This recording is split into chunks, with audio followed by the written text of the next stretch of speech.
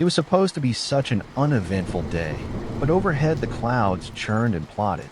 Rebecca Madison saw, and she heard the roaring of the wind against her car, but she didn't care. It was warm inside, so what did the fierce cold outside have to do with her? It didn't matter.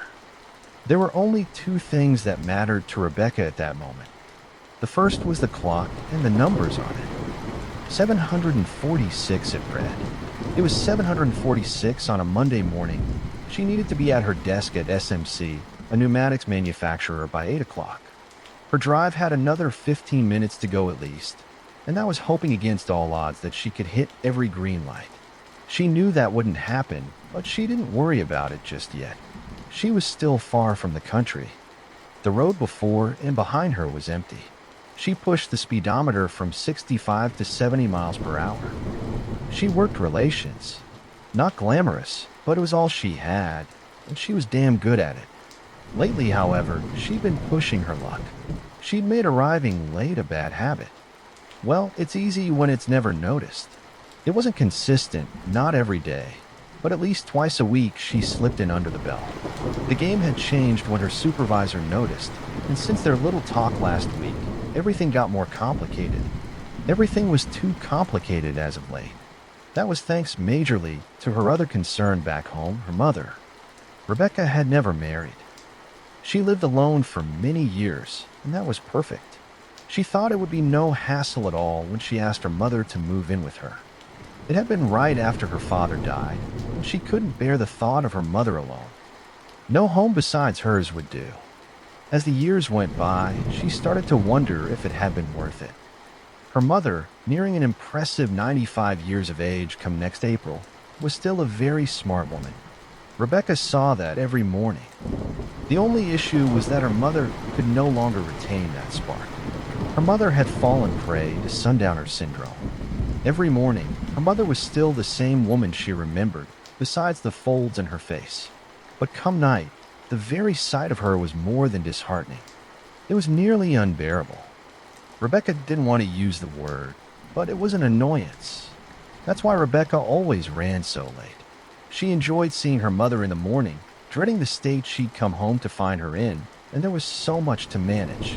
She had to lock doors and hide keys so she wouldn't wander outside. There were so many medications. She had to help her to the bathroom and get her dressed. She promised her she'd never put her in a home, and now that promise was more solidified than ever. Rebecca knew that she would never see her mom in the mornings again if she was to do that. It was hard, but Rebecca and her mother did their best. She was determined to do so for as long as they had left. The thought came to her that morning, as it did every morning. She should call her mother, talk to her just for a little bit longer before the day ruined her. That's all she'd need.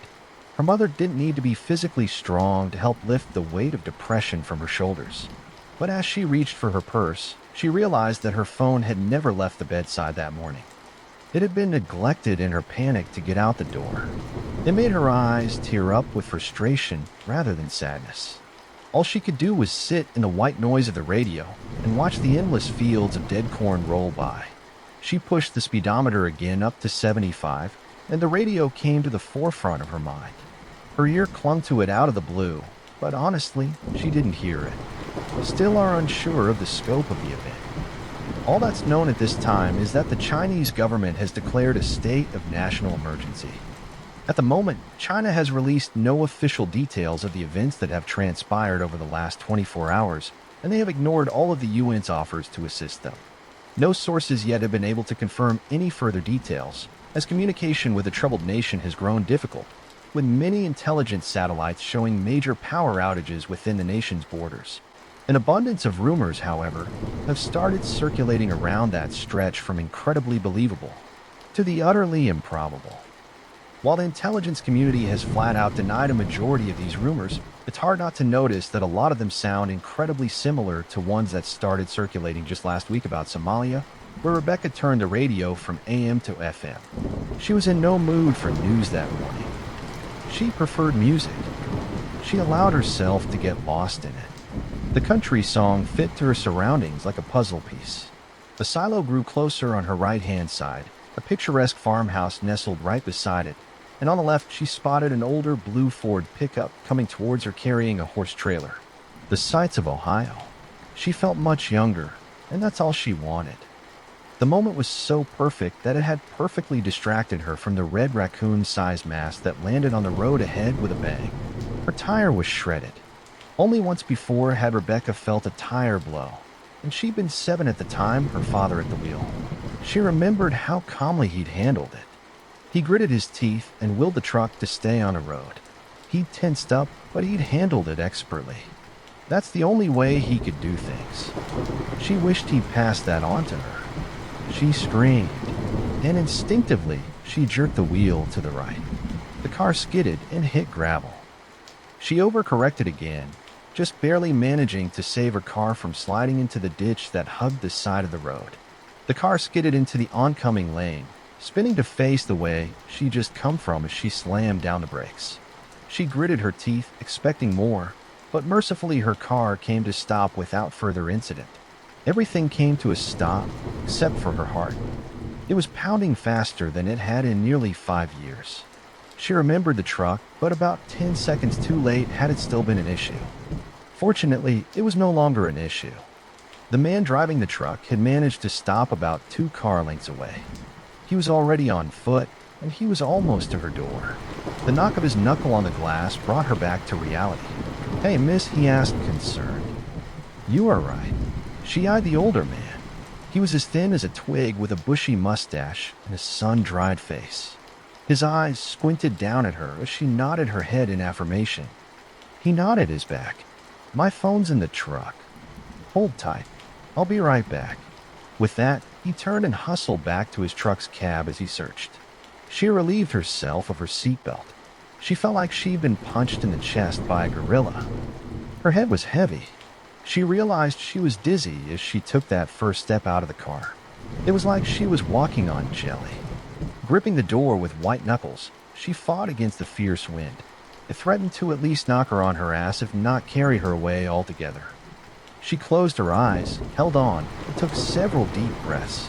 It would have helped her calm down a great deal had the old farmer not accidentally startled her when he returned. He must have seen it in her eyes because he quickly apologized. "Sorry, so you sure you're okay?" "Yes," she said, trying to convince herself more than him. "I'm fine. Are you okay?" "I'm so sorry that I spooked your horses. I stopped in plenty of time, miss, and it's an empty trailer. Horses are about 10 miles down the road. It's okay." "Your tire blowout?" She wasn't too sure. Everything was still spinning. "I think so. Shit, I hope not, though. I don't have a spare." "It's okay, miss." The farmer chuckled as he put a reassuring hand on her shoulder. "Everything's gonna be just fine. Let's go check out the damage." He was very kind to her. The farmer cautiously and supportively guided her by the arm, making sure to correct her every sway. They took their time as they moved around the front of the car. Sure enough, when they reached the right front wheel, there was nothing left on the rim. The rubber had been shredded. It looked like she'd driven it over a field of razor wire.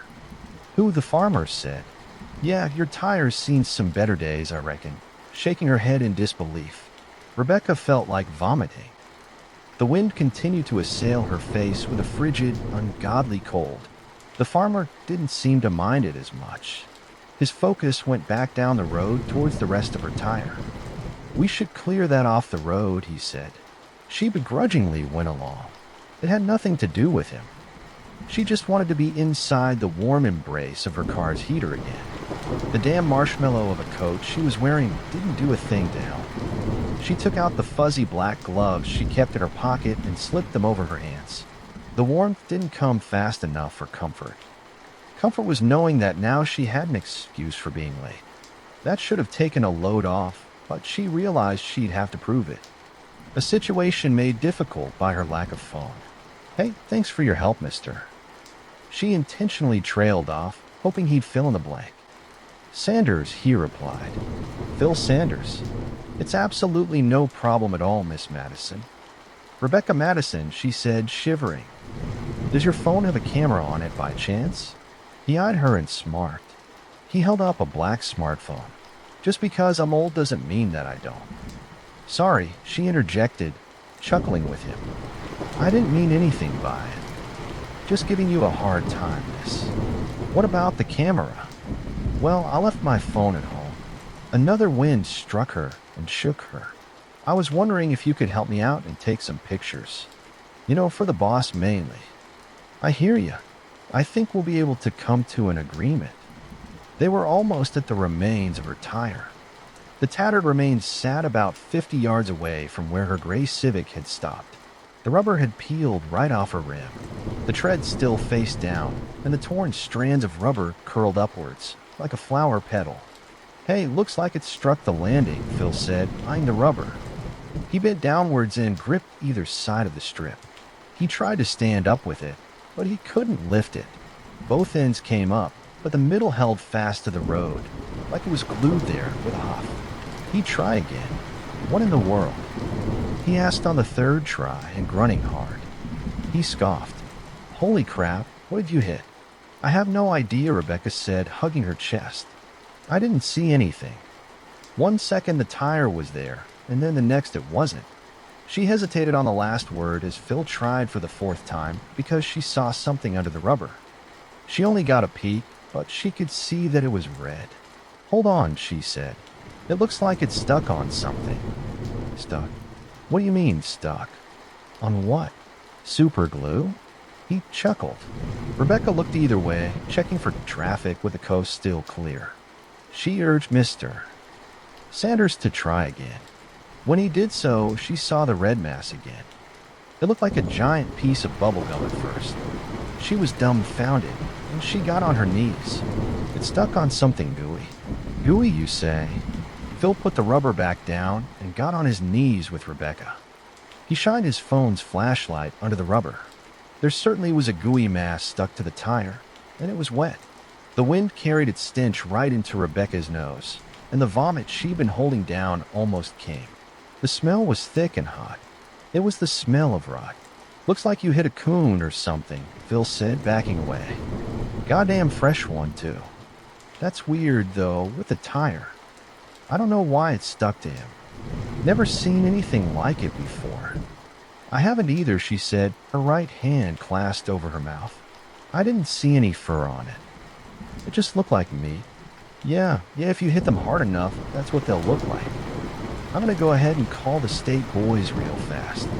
We're gonna need somebody a little younger than both of us to take care of this mess, if you know what I mean. With a smile, he escorted her back to her car. She continued talking as he dialed on the phone. I also think we should get some EMTs out here and check on you. No, thank you. I'm fine, she said, grinning to assure him she didn't want a hassle. I think the state boys will want it too. Might as well just ask now and get everything here at once, he said, trying to coax her. Maybe, but I'm telling you I'm fine. Just a bit dizzy. You want to make the call? He offered. I'll let you decide. I don't want to speak for you one way or another. He smiled and handed her the phone, which she took hesitantly. Thank you, she said as she took the phone. It's no problem.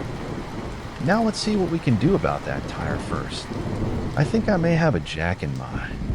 His question was cut off by a loud thud that came from her car. On her now dented hood sat a large, bulbous mass the size of a college textbook. Whatever it was held the same consistency as the thing she had hit with her tire.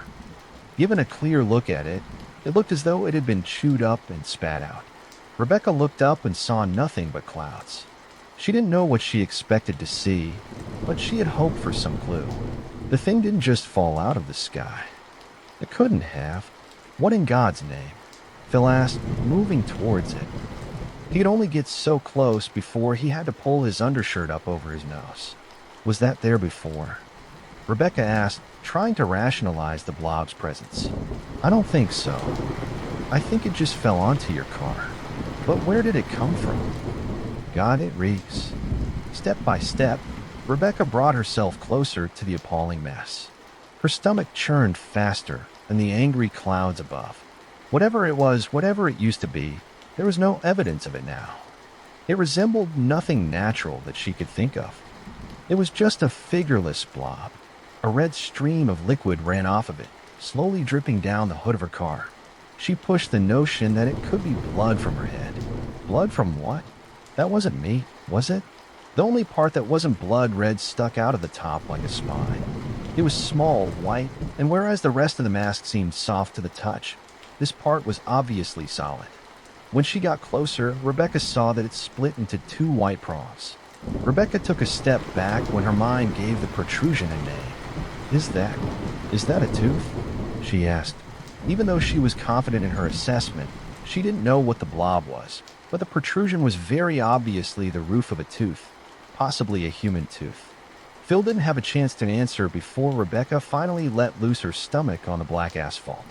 She proceeded to collapse beside it, her head spinning and pounding. It can't be, Phil said, his voice shockingly less playful than it had been. That's not. There was another thud. This time, however, came from the fields. It was accompanied by a sickening crunch. Rebecca didn't want to see it, but she did. Dense stalks were flung into the air above it. Then, before the stalks settled, another blob dropped beside it amongst the husks of corn. Pieces of corn stalk stuck to its sides and held fast. The mass rolled and jiggled. Recovering from the force of the impact, more followed. Another piece fell behind them. This time it struck nearly 200 yards from the road. Before that one had even settled, another one hit the road behind Phil's truck. Rebecca had watched as that piece fell straight down from the sky above. No arch. It hadn't been chucked. It had been dropped. Another piece reached the row of barren trees beyond the fields to her left. The weight of the blob snapped the higher branches. She couldn't see where it landed, if it had landed at all. One struck the top of the silo, causing it to ring loudly, the sound echoing inside the structure. The piece stayed there, holding onto the top of the silo's dome with ease. It had stuck like glue. Rebecca looked up to the sky. Overhead, as the clouds swirled and fought, the blobs fell from somewhere beyond them. They started as black ink drops against the gray skyline, but as they plummeted, they took on color and grew into the disgusting blobs that now littered the landscape. All around them, the drops came faster and faster. Faster. The horror of it all struck Rebecca as the piece fell not 1 yard from her hand. A warm red liquid splattered across her face. The sky was raining flesh. Get up, Phil said, also looking to the sky with caution and disgust. He turned back to Rebecca. Miss Madison, please get up now. You need to get in your car beforehand. As if out of pure cosmic irony, a large chunk of flesh, almost the size of a pillow, struck Mr. Sanders on his right shoulder. The impact yanked him towards the ground, but he took the hit. He miraculously managed to stay on his feet. That didn't stop him from screaming. "Oh my God," Rebecca exclaimed, quickly getting to her feet and rushing over to his side. The thing was still stuck to his arm. The unholy thing had molded itself around his shoulder and arm. It formed a grotesque cast, pinning his arm to his side. Extensions from the impact had splattered out to stick to his face and chest. He wheezed in pain.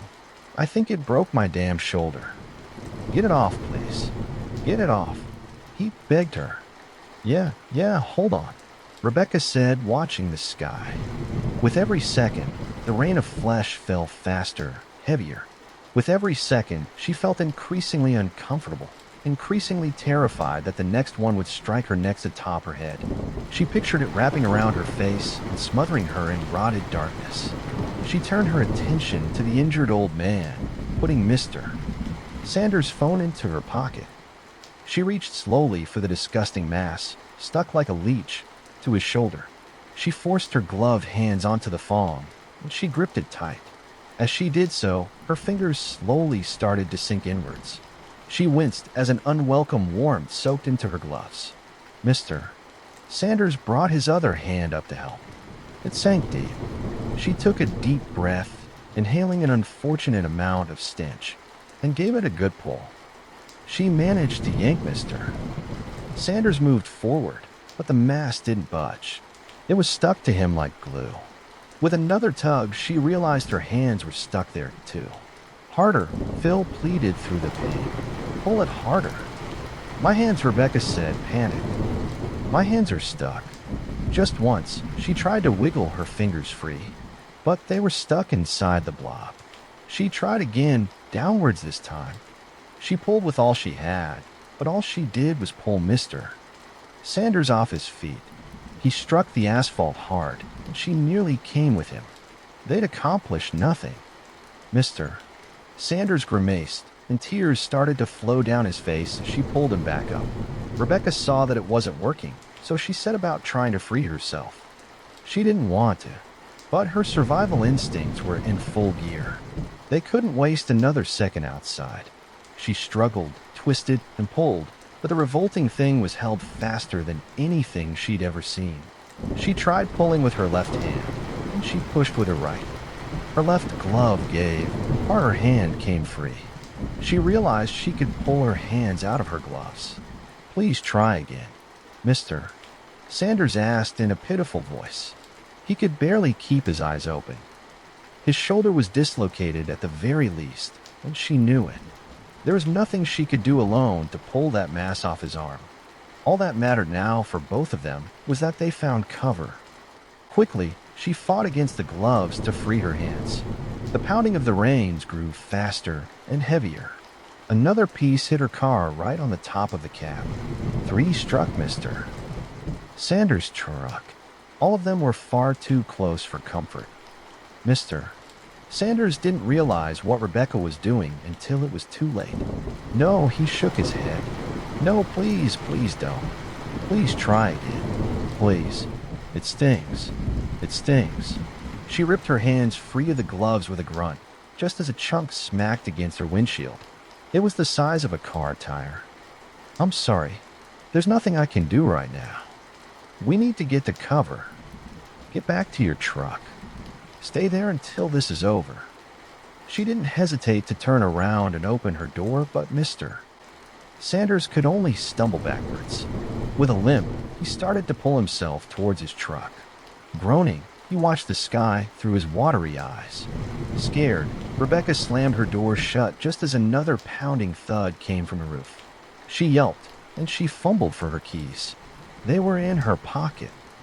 That was good. But then she felt something else. A phone. Mr. Sanders' phone. She pulled it out and looked out her rearview mirror. Outside, everything was consumed by a downpour of flesh, and there was Mr. Sanders limping through. It was by the grace of God that Mr. Sanders got as far as he did. He almost managed to reach the door of his truck. He could have touched it. A smaller drop of flesh, the size of a book, hit his left foot and glued it to the spot. Rebecca could only watch as he stumbled and fell hard to the ground on his front. He could only lie there at the mercy of the sky above. Rebecca tried to see him out her rear window, but so many drops had accumulated there, it was impossible. She could only watch the terrible scene unfold in her side mirror. He looked hopeless. The pounding of the rain drowned out any sound, but she saw his head moving. He was yelling for help. A large chunk of flesh struck his back, breaking it. Another pinned his leg. All the while, Rebecca never moved. She was safe, and her fear kept her rooted in that seat. Had a glob not swallowed her mirror first, she would have witnessed another drop strike him right on the back of the head, delivering his face quickly into the asphalt below. It was an accidental mercy. She started to hyperventilate. She had no idea what to do. The rain outside just kept coming and coming in reality. The rain only lasted a few minutes, but it seemed so much longer. It seemed like it stretched on for hours on end. For that seeming stretch of forever, all Rebecca could do was scream. She moved to the back seat, away from her cracking windshield, and brought her legs close to her chest. She hugged herself as the heavy rain fell over her, consuming her soon. The drops would cover every inch of her car and the windows. They ate the light. She was left alone in darkness. Long after the barrage outside had ceased, Rebecca cried in darkness. Thankfully, the windows had held back the physical barrage, but they could not hold back the stench that had flooded inside almost instantly. It had threatened to suffocate her then, but she didn't even seem to notice it anymore. Eventually, Rebecca was able to move her arms and her feet and her legs, but she didn't want to. The car had protected her, but Rebecca still felt unequivocally surrounded like a child under the sheets. She didn't want to let one single limb hang free. The monsters might get it. The darkness wasn't total. A dim glow precipitated between the masses outside. Red light managed to leak through the edges of the blobs where pieces met the jagged lines covering her car like lightning. It did her no good. Not nearly enough light could seep through to offer her any illumination. When she couldn't handle the weight of the darkness anymore, she reached for Mr. Sanders' phone, which lay face down on the center console. She fumbled for it and accidentally knocked it on the floor. Light flooded out from within. It was blinding, but welcome. After giving her eyes time to adjust, she searched for the flashlight. She was so thankful that the phone had stayed unlocked. She found it, and the entire car was illuminated. She wasn't ready for what she saw. A claustrophobic paralysis found her as she beheld the thing stuck to her car. Pressed tightly against the glass, the thing seemed to embrace her. Most of the glass had held, except for her rear window. It had nearly shattered, but every crack and shard was held fast in place by the revolting masses. They didn't move. They hugged her car in silent stillness. Rebecca recalled the tale of Jonah and the whale, and she imagined this was how Jonah felt. She had been swallowed alive. She needed to get out. She flipped over. She hesitated to reach for the door handle. She didn't want to get any closer to those things than she needed to. She pulled, and when she heard the click, she pushed. Her whole body pressed up against the door. Her face met the window, but the door didn't budge. The masses outside held the door like glue. They fought against her. It was like trying to move a mountain. Rebecca screamed in protest.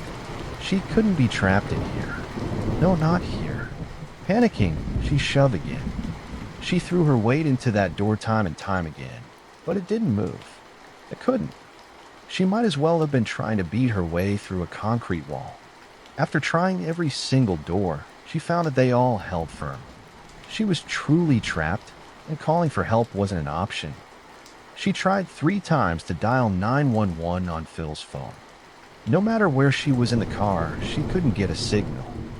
The mass had drowned out the light and any hope she had of contacting the outside world. It seemed the car was shrinking by the second in frustration. She lashed out with her feet. She aimed at the window, hoping maybe it would break. Hopefully, the things would fall off instead of in. If they struck without the window, she decided she'd cut her way out. One of the sharps had to have been sharp enough. With a determined, forceful thrust, she brought her heel to the window. The only thing she almost managed to break was her leg. She hyperextended her knee. The pain returned her to her previously curled state. She began to cry and plead for someone to help her. Her instincts told her that if she screamed, then somebody would hear. Somebody would come along. Help would come. Her heart told her that it was a lie, and it was for a while. Soon she grew exhausted and her voice grew hoarse. Not a single sound came from outside her car. The wind had ceased with the rain long ago, and there had been nothing since. No birds, no cars, no people. The silence allowed the small crunch outside to be amplified nearly tenfold. She froze and listened. She thought it had to be her imagination, but as another crunch came, and then another, she realized it was real. It was like the sound of someone stepping on dry leaves. Something was definitely moving outside. The crunching approached her car, and she heard him speak. Hello. The voice was older and haggard. It sounded muffled through the blobs. Is anyone there? He didn't have to ask her twice. Yes, she screamed, flying to the window. Yes, yes, please help me. Please. I can't get out. Please. The man came closer to the car. He stopped just outside. You're covered. This shit's almost impossible to move. It holds fast. Give me a minute. It's starting to dry now. I have some tools up at my house. I'll be right back. Rebecca smiled and thanked God. He must have lived in that home next to the silo. It was all okay. Yes, please, thank you, she said, almost all at once. The crunches returned faster as the man turned away. Relieved, she knew it would be over soon. Again, the day sought to destroy her expectations. Then the crunching stopped. Rebecca put her ear to the window, trying to listen. The glass was uncomfortably warm against her face. There was nothing but the roar of her own blood in her ears. Then a moan. The moan continued for several seconds before it evolved into a short gag, a gasp. Something had happened to the man. He must have only been 4 or 5 yards from the car. He cursed and grunted. There was a louder crunch that was followed by silence. That silent moment hung in the air, and Rebecca pushed harder against the window. She whispered a single hello under her breath. Then the moment was shattered by a scream. Rebecca pulled her face from the window as if she'd been burned. "What?" she asked, panicked. "What happened? Are you okay? Hey, are you okay?" She was clueless. Has the man fallen? Maybe he'd rolled his ankle and fallen, but could that cause him so much pain? His scream was primal, like a wounded animal, and it ended for a moment.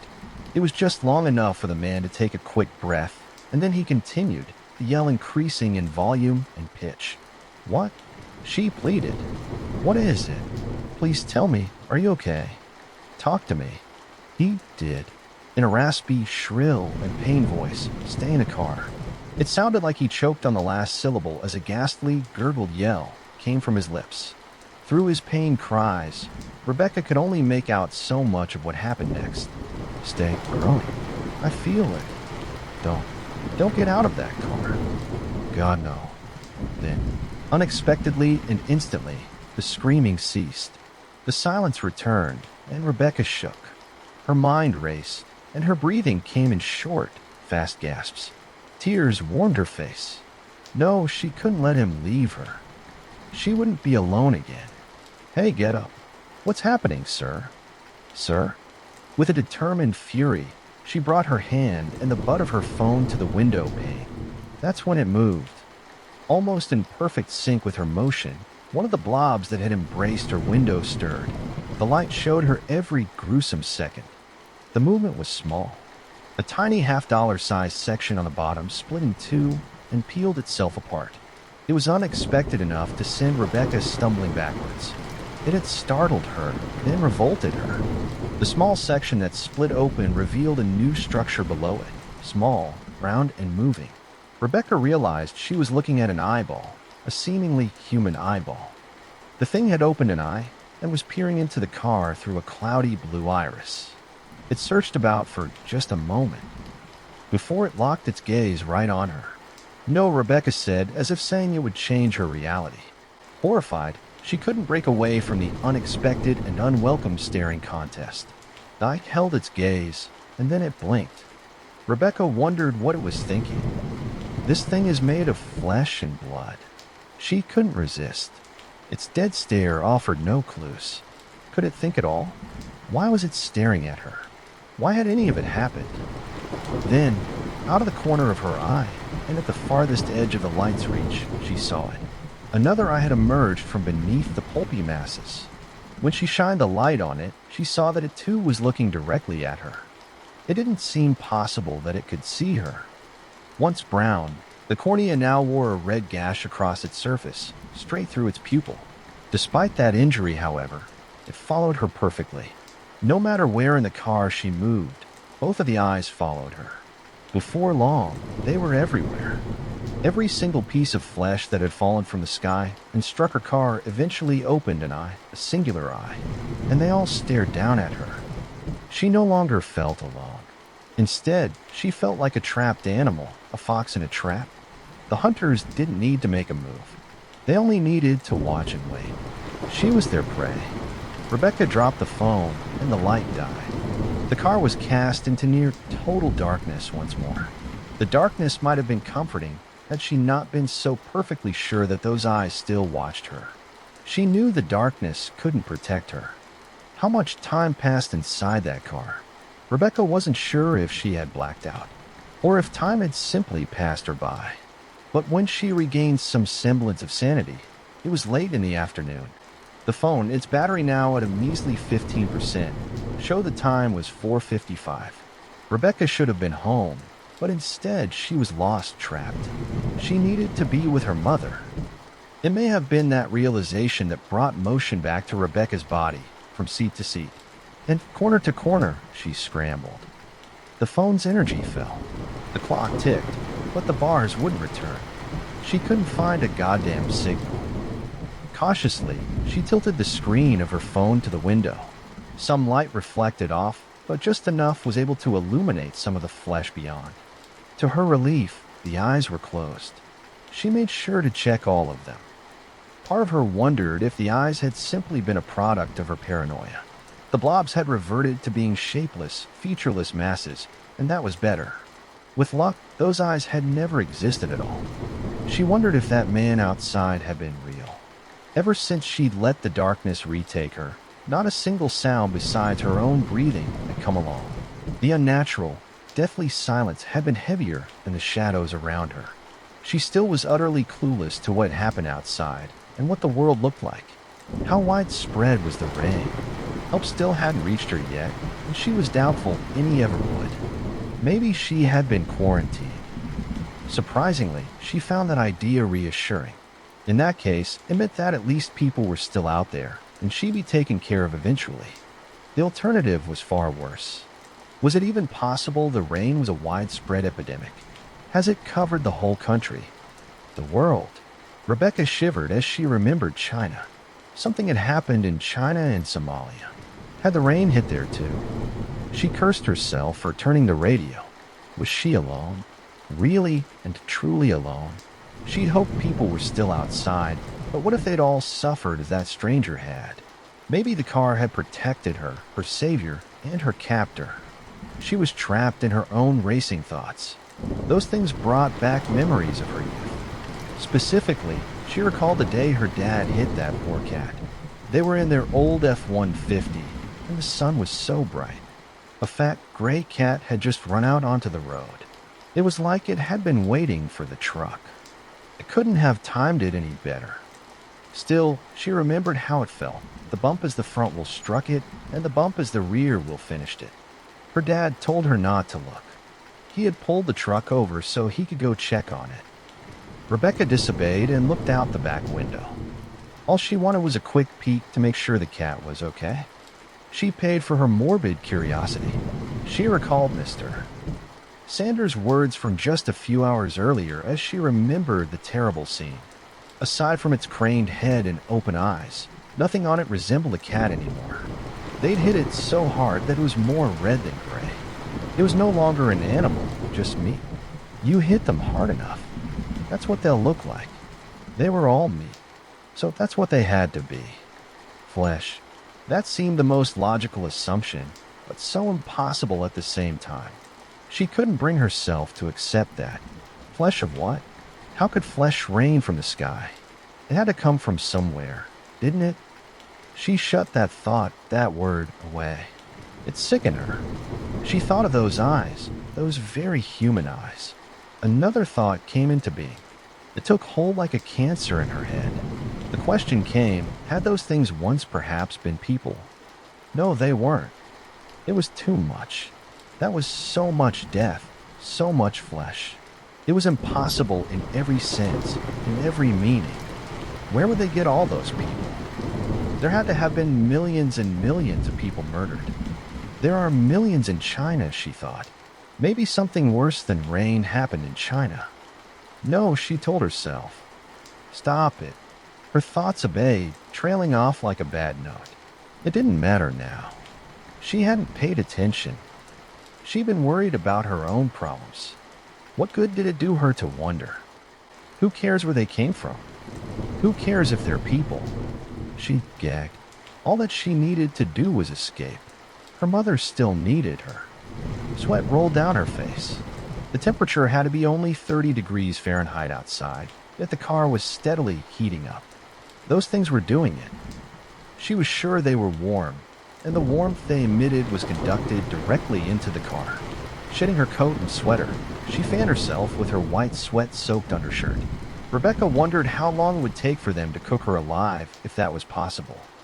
Death by rank flesh heat, as she decided to call it, wasn't an option for her. Placing the phone on the center console, she moved to the driver's seat. She didn't like it. Those pulpit things were far too close when she sat there, but if she let herself roast any longer, she wouldn't get to live to regret it. Back at the wheel, she couldn't help but think about driving away. It wasn't a possibility, just a fantasy with those blobs. The packed windshield blocked her sight, and they also probably held her tires to the ground. She'd never move, and she'd never get anywhere. Wondering if perhaps the noise would agitate the things, Rebecca saw their eyes and her mind. It had been hours since then, and the eyes hadn't returned. Assured that if they wanted to hurt her, they would have done so already, Rebecca started the car. The engine turned twice and started. More heat leaked out from the vents in moist, heavy waves. She gagged as the fresh stench overloaded her nose. It would take a moment for the AC to turn on. The radio was as silent as she knew it would be. While she waited, she tried out of curiosity to drive. Switching into gear, she eased down onto the gas pedal. The engine picked up in pitch, but the wheels did nothing but flinch. It felt as though she was trying to drive over a curb. She fed it more gas as she figured the car wouldn't move an inch. She cursed the damn wheels and her damn life. A groan came from above her. It wasn't guttural. It wasn't those things. It was her car. The roof of her car was caving in. Something was pressing down on it. On the windows, she saw them twitch. The masses were moving now, reacting. It was the car it had to have been. She'd accidentally woken them up. Cursing her careless mistake, Rebecca yanked the keys from the console. The car fell silent. But things kept moving. They struggled against each other, wiggling back and forth in their confined spaces. Perhaps they were searching. Rebecca held her breath and she waited. Their motion had started to rock the car from side to side. The thing shook her harder and faster. The lurching continued until Rebecca felt she was going to throw up. The wheel was all she had to hold on to, fortunately for her. The rocking did not persist for long. After just a few seconds, everything stopped. The car fell back to rest, and the calm retook the air. Rebecca sucked in an exhausted gasp. Reluctantly, she released the steering wheel, but as her eyes watered, she reached for the phone. She had been tormented enough. Never before had she been so desperate to speak to her mother. Still, there were no bars, no signal. The battery fell to 7%. Her heart was already drained. She fell back into the rear seat, too weak to cry. It was hopeless. Rebecca wasn't sure what prompted her to check again. Habit, probably in the back seat. She had subconsciously refused her fate. Looking back at the phone, she was shocked. It was weak, but finally a connection had been made. A signal. There was a signal. Rebecca wasn't sure if her fingers had ever moved faster in her life.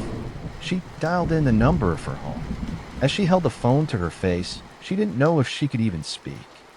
Her hand was cupped over her mouth. No evil in the world held a candle to the next 10 seconds. Every beat hit her harder and cut her deeper than any of those damn monstrosities outside could ever hope to. Overwhelming joy gave way to grief yet again. She only hoped that God, if there was one, wouldn't let her down. That's what her mother would have told her. Her mother always had faith. Rebecca was rewarded for hers. Hello. A fragile voice came in over the phone, weak but alive. Oh my God. Oh my God. Mom, is that you? Who is this? Her mother asked. On any other day, that question might have broken Rebecca's heart, but today it was all Rebecca needed. Rebecca, Mom, it's Rebecca. Are you okay? Please tell me you're okay. Of course, dear, she said, unconcerned. Of course, you're Rebecca. Why, yes, I'm okay. Why wouldn't I be? Rebecca pumped her fist in air, and she kicked her feet several times in furious, juvenile joy. The smile that spread on her face was unmatched. Thank the Lord her mother was safe. That meant there was hope. Maybe her nightmare wasn't as widespread as she had feared. Maybe, just maybe, there'd be a chance for her. A chance for everyone. Mom, what's happened? What's happening over there? Her mother was confused. Nothing much. There's not much to do here. Someone needs to water the flowers. I should water them. No, Rebecca stated. No, don't go outside, Mother. Listen to me. Can you turn on the TV? What does the TV say? Do you want to talk to Rebecca? Her mother asked, confused. No, Mom, I'm Rebecca. She should be home by now, my Rebecca. She always comes home. I don't. I'm sorry. I'm a bit confused. Those words broke her heart. I will be, Mom. I'll be home soon. I promise I'm coming home, she assured me. Okay, well, be careful. I'm going to water the plant. Should I? It's been raining hard today. Rebecca froze. No, it couldn't be. Could it really be that widespread? Home was miles away, but her mom was okay. Perhaps her mom had just been lucky. She was inside after all, and as long as those blobs stayed outside, she'd be fine. But her flowers, Rebecca knew how she could be in her confused state. And if she was truly determined, then Mother, listen to me. I have never been more serious in my entire life. Do not go outside. I'll do what I want. Only Rebecca can. Mother Rebecca wailed. Do not leave the house. Those plants don't need water. Just listen to me. Rebecca stopped. If these were the last words she ever spoke to her mother, she didn't want them to be screams. She took a deep breath and begged. Please, Mom, please wait for me. We'll water the plants together. Just wait for me to get home. Silence. Okay, her mother said. You get here and then you, Rebecca, and I can go water those flowers. They're going to need it today. I'll be there soon. The last words choked out. I love you. The line went dead, the phone hanging on 3%. Was about to leave her in darkness. But now she had to move. She had to get out. She had let Mr. Sanders down, and she couldn't help that old man. She refused to let anyone else die. Not herself, not her mother, not anyone. Adrenaline filled her veins, and with the roar of a warrior, Rebecca threw herself at the rear door. It budged. The flashlight burned bright, as it sucked the phone's battery dry. All the power left was so precious, and if it went out, then so did Rebecca's chances. Twice more she threw herself. She gave it her right shoulder, and then her left. The door flinched each time, but it refused to yield. A sliver of light had managed to leak in from the side. Both of her shoulders protested against another blow, so she lay on her back, and with her feet she kicked and kicked. The battery fell to 2%.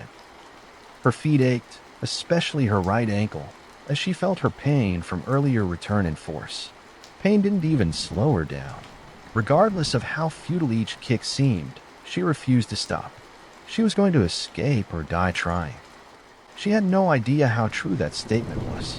One moved in the corner of the light, squeezing its way through the nearly formed crevice between the door and the car. She didn't see it until it had just about touched her leg. When she did, she instantly brought her knees to her chest. A thin mass of fleshy tentacle had entered the car. It squirmed around blindly on the seat. It pulled itself forward with what looked to be a fingernail. The battery slipped to 1%. A noise came from behind her. Turning her head, she found that she was surrounded. Through the other door, more tentacles were starting to wedge their way through. The center of the seat offered little solace. As both sides grew closer, the glass behind her started to crackle as even more protrusions pushed themselves through the cracks. They pushed their way through shards of glass, carrying each piece with them at the end of their arm. They were coming for her, but she was done hiding. If anything, their intrusion only encouraged her. Now it was her and her mother's survival on the line. With her booted heel, she squashed the singular tentacle that had originally disturbed her space. It wiggled, pinned against the seat. She initially thought it was blood that leaked from it, but it came slow and thick. It stuck to her boot like syrup. With a disgusted shriek, she pushed the tentacle to the floor and out of her way. The door had been pulled open by those things to let the tentacle in, and she saw her chance. She offered up a final double-legged kick. The flashlight went out, and with a final yell, light flooded the car. She'd considered everything in the last several hours. Every scenario had danced through her mind like terrible daydreams. The memories of that man had fed most of them. She thought about the crunching beneath his feet and those terrible screams. She wondered what she would find, but she was far more worried about what might find her. Rebecca wondered what the world would look like once she escaped. And to her disgust, nothing she imagined could compare to what she found. As soon as she kicked the door open and leapt from the car, she suddenly felt like she was standing on an alien world. There was a loud crunch when her boots hit the ground. It felt like she was standing on well-packed snow. Those things covered every square inch below her feet, in fact. They stretched on as far as she could see. All around, from horizon to horizon, the blobs dominated the landscape. It invoked thoughts of Mars in her head, as there was no green to be seen anymore. The color red stretched beyond her sight, seemingly into infinity. The land was rugged, and all the trees that she'd seen earlier along the sides of the field were gone. The only major protrusions on the rugged landscape were the solidified shells around houses and cars still stood. They looked like they had scabbed over. Most had remained upright. They spotted the landscape in every direction. The old man's house still stood. The overhang of his porch had sheltered his front door from their barrage. The now dried, hardened creatures seemed to form a cave around it. It was a relief to see that they hadn't reached everything. The silo had fallen. The pieces lay in a messy heap beside the house. The combined weight of the things must have proved too much for it. Rebecca hoped that her house had helped better. When she caught sight of the old man, she couldn't help herself. She shrieked. The old man was frozen on one knee, halfway between her car and Mr. Sanders' truck. He must have been going to check on him, the same as he had for her. When the things got him, she saw it enter through his pant leg. A bundle of tendrils, very similar to the ones that invaded her car, snuck up his pant leg. Down at his ankles, where his skin was exposed, one had seemingly burrowed into his flesh. She followed the tendrils up like a snake. They coiled up his leg. They had crawled along his body, and she thought she could see the tendrils branch apart under his clothes. They snaked around his body, but they all ended before they reached his neck. Blood soaked through parts of his blue button-up shirt. The worst part, though, was his head. It was forced back, held in place, and the mouth was open, sprouting from it. Several dozen vein-like stems that ended in red plant-like petals rose towards the sky. Liquid circulated inside them, as if pumped in by the man's heart. The grotesque gross wouldn't have terrified her as much had it not been through the man's eyes. They were still open, and they were looking right at her. Then came a single labored breath. He was still alive. She heaved, but her stomach offered nothing to expel. By the old man's feet, she saw a bulge in the ground and another bundle of macabre flowers protruding from within. Rebecca knew they marked Mr. Sanders' grave, if she could even call it that. Was he, too, still alive under there? Was that even possible? She prayed for mercy and for Mr. Sanders' forgiveness. She knew she didn't deserve it. No, she couldn't have imagined this, not in her worst nightmares. Whatever those things were had grown into the man through him. She let another shriek loose as she saw his stomach twitch. The man grimaced as something moved inside him. Rebecca wasn't sure if there was a worse fate. The old man, his eyes wide with fear, gestured down. It took several motions of his eyes for her to even catch it, but once she noticed, she followed his gaze down. Rebecca hadn't noticed them before, but little fibrous structures stuck out of the blobs. Each one was several inches tall. They looked like red ferns. A similar one was wrapped around the old man's ankle. Looking at her own feet, she noticed she'd stepped on one. The pressure from her boot had triggered one of the tentacles to slowly emerge from the blob below. It reached around, blindly, unable to cling to the material of her boots. They weren't plants. They were snares. She nodded to the man, and she thanked him. He didn't need to tell her for her to understand that it was imperative that she not let those extensions, those blood ferns, touch her skin. She didn't want to leave the old man. In fact, she offered to help, but he groaned in disapproval. Exerting himself, he managed to shoo her away with small motions of his hand through his stuffed throat. He tried to speak, but no words came. Rebecca knew it was too late, so she went to his house again, forced to leave someone behind. A tear ran down the old man's cheek. It was like navigating a minefield, but Rebecca did it quickly and skillfully. The blood ferns were scarce enough, thankfully. If she stepped on one, her boots offered more than enough protection. The ground crunched like snow beneath her. When she stepped on something new, it caught her ear. The crunch she heard wasn't light, like snow, but heavy like glass. Lifting her boot, she saw it embedded in the mass. Desensitization kept her moving, despite the appalling discovery beneath her foot. There was no mistaking it anymore. She knew she had been right. She had stepped on a watch through the cavernous maw of the lofts. She made it onto the porch, and she found the door unlocked. The house was abandoned as far as she could tell. She called several times to check, but no one responded. That made her incredibly thankful. She was still alone, sure, but she didn't want anyone in that house to see what had happened to the old man. There was a picture frame hung askew on the wall.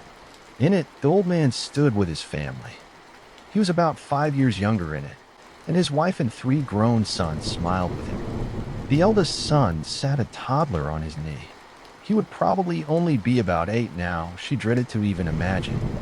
It was a stroke of luck that the keys were on the counter, and an even bigger stroke of luck that the garage door had been left open. Inside sat a '98 Chevy with battered red paint. Rebecca looked at the path before her. The truck would hopefully do. If those things couldn't stop her boots anymore, they sure as hell weren't going to stop a truck. They were dry, and that meant they could be easily navigated, hopefully. She hesitated getting into the truck.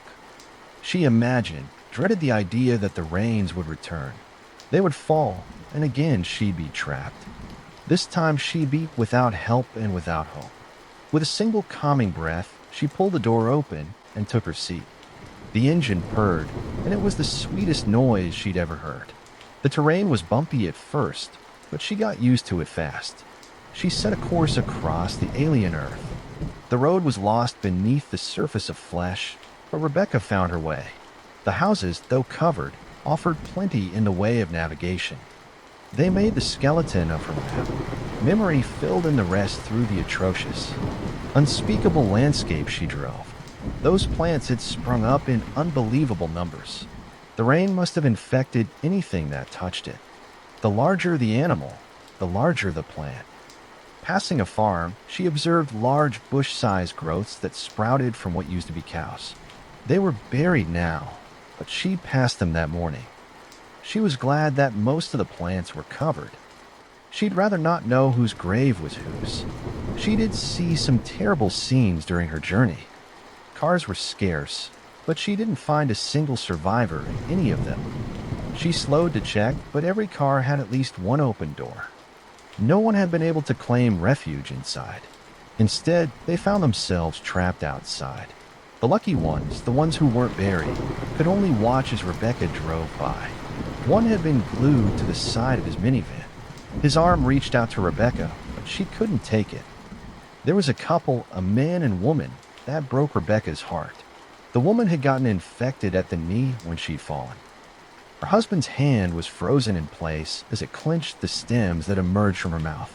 He tried to pull them loose, but those vines had used that contact to ensnare him as well. They entered him through his wrist. They stared at each other. Neither even looked at Rebecca as she drove by. They were trapped by their love. The twisted machinations of her predicament were granted some enlightenment when she saw the helicopter. It had been brought down into one of the fields, and around it stretched something surprisingly natural. It had etched out a crater around itself, a crater of dirt and fire. The fire caused by the collision had eaten away at the surrounding flesh. It had managed to etch out a radius about 3 times longer than the helicopter itself. Rebecca couldn't believe the sight of dirt and fire would have ever caused her joy. It was good to see the things pushed back, to see them burnt and beaten. That feeling died as she saw the clouds swirl above. An eye, like at the center of a hurricane, opened above. The winds picked up and threatened to pluck Rebecca's truck from the ground, slamming on the brakes. She could only watch in awe at what happened next. From within the eye, 3 large shapes descended.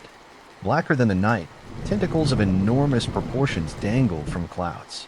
Surely they were thicker than skyscrapers and twice as tall. They hovered over the spot where the helicopter had crashed, examining it. Rebecca couldn't breathe, as one retracted to the clouds and its ends split open into 5 places. 5 fingers. She could only watch as its dare she say hand disappear behind the sky and then reappeared grasping something massive. Pieces dropped from the hand like sand from a fist and splattered against the ground.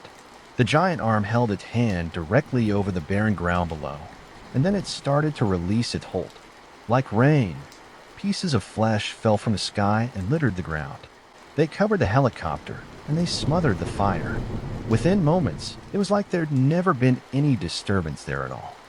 The thing above, pleased with his restoration, carried the remaining flesh in its grasp back into the clouds. The remaining 2 tentacles swung about the eye, surveying their monstrous masterpiece. One split its fingers apart and tenderly brushed against one of the plants. It was a gardener tending to its garden. It was that sickening metaphor that brought Rebecca the greatest revelation: the rain, all the people infected. They were all nothing more than fertilizer. The creature above retracted into the heavens and the eye closed. Rebecca no longer begged God for help. She cursed his name. The drive took almost half an hour. The town she called home her whole life was deserted and lifeless. Thankfully, very few were stuck outside.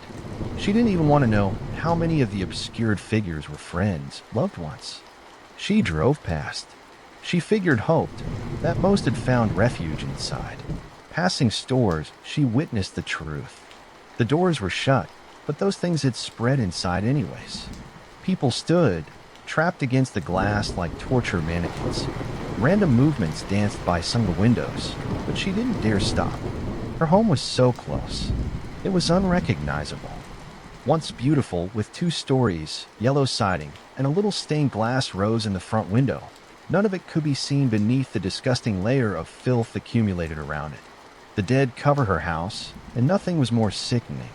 That was what she thought, until she got out of the truck and reached the back of the house. Grief was not strong enough of a word to describe how Rebecca felt. After all she'd seen, and after all she'd survived and fought for, it had all led to this. There was only so much that she could have done. The fates had been cruel that day. Her mother was on her knees, a full water pitcher in hand. Her old eyes found Rebecca. They were green and still so bright. The vines hadn't taken hold completely, but Rebecca could see them moving. Only once in that moment was she ever thankful for her mother's condition. Rebecca was glad. She probably couldn't comprehend what was happening to her. She didn't seem to be in any pain. With the last energy of a beaten and broken woman, Rebecca fell into her mother's arms and hugged her. Her mother surprised her for one last time. "I love you," her mother said. It was all Rebecca needed. "I love you too," she replied. "You're right," her mother whispered into Rebecca's ear. "I don't think the plants even need this water." Rebecca managed a final laugh as the infection took hold. What would you pay to know your chance of dying at all times? It's an interesting question, isn't it? Thanatophobia is pretty common to most living things. What if we could offer you a way of knowing exactly what your chances of dying are? That was the text message I received yesterday. I thought it was some sort of scam or hoax. So I did what I always do in those situations. I checked the number to see if it was legit. After Googling it, I found a link to a website, Veet Solutions LLC. It was a new, apparently legitimate company. They seem to deal in those devices similar to those smartwatches you see everyone wearing. The thing was next level, though, claiming it could keep track of things like stress hormones, blood sugar, cholesterol, signs of infection. It pretty much tracked everything. Being a hypochondriac, I was instantly fascinated. If I could know my relative health at all times, maybe I could stop obsessing about it.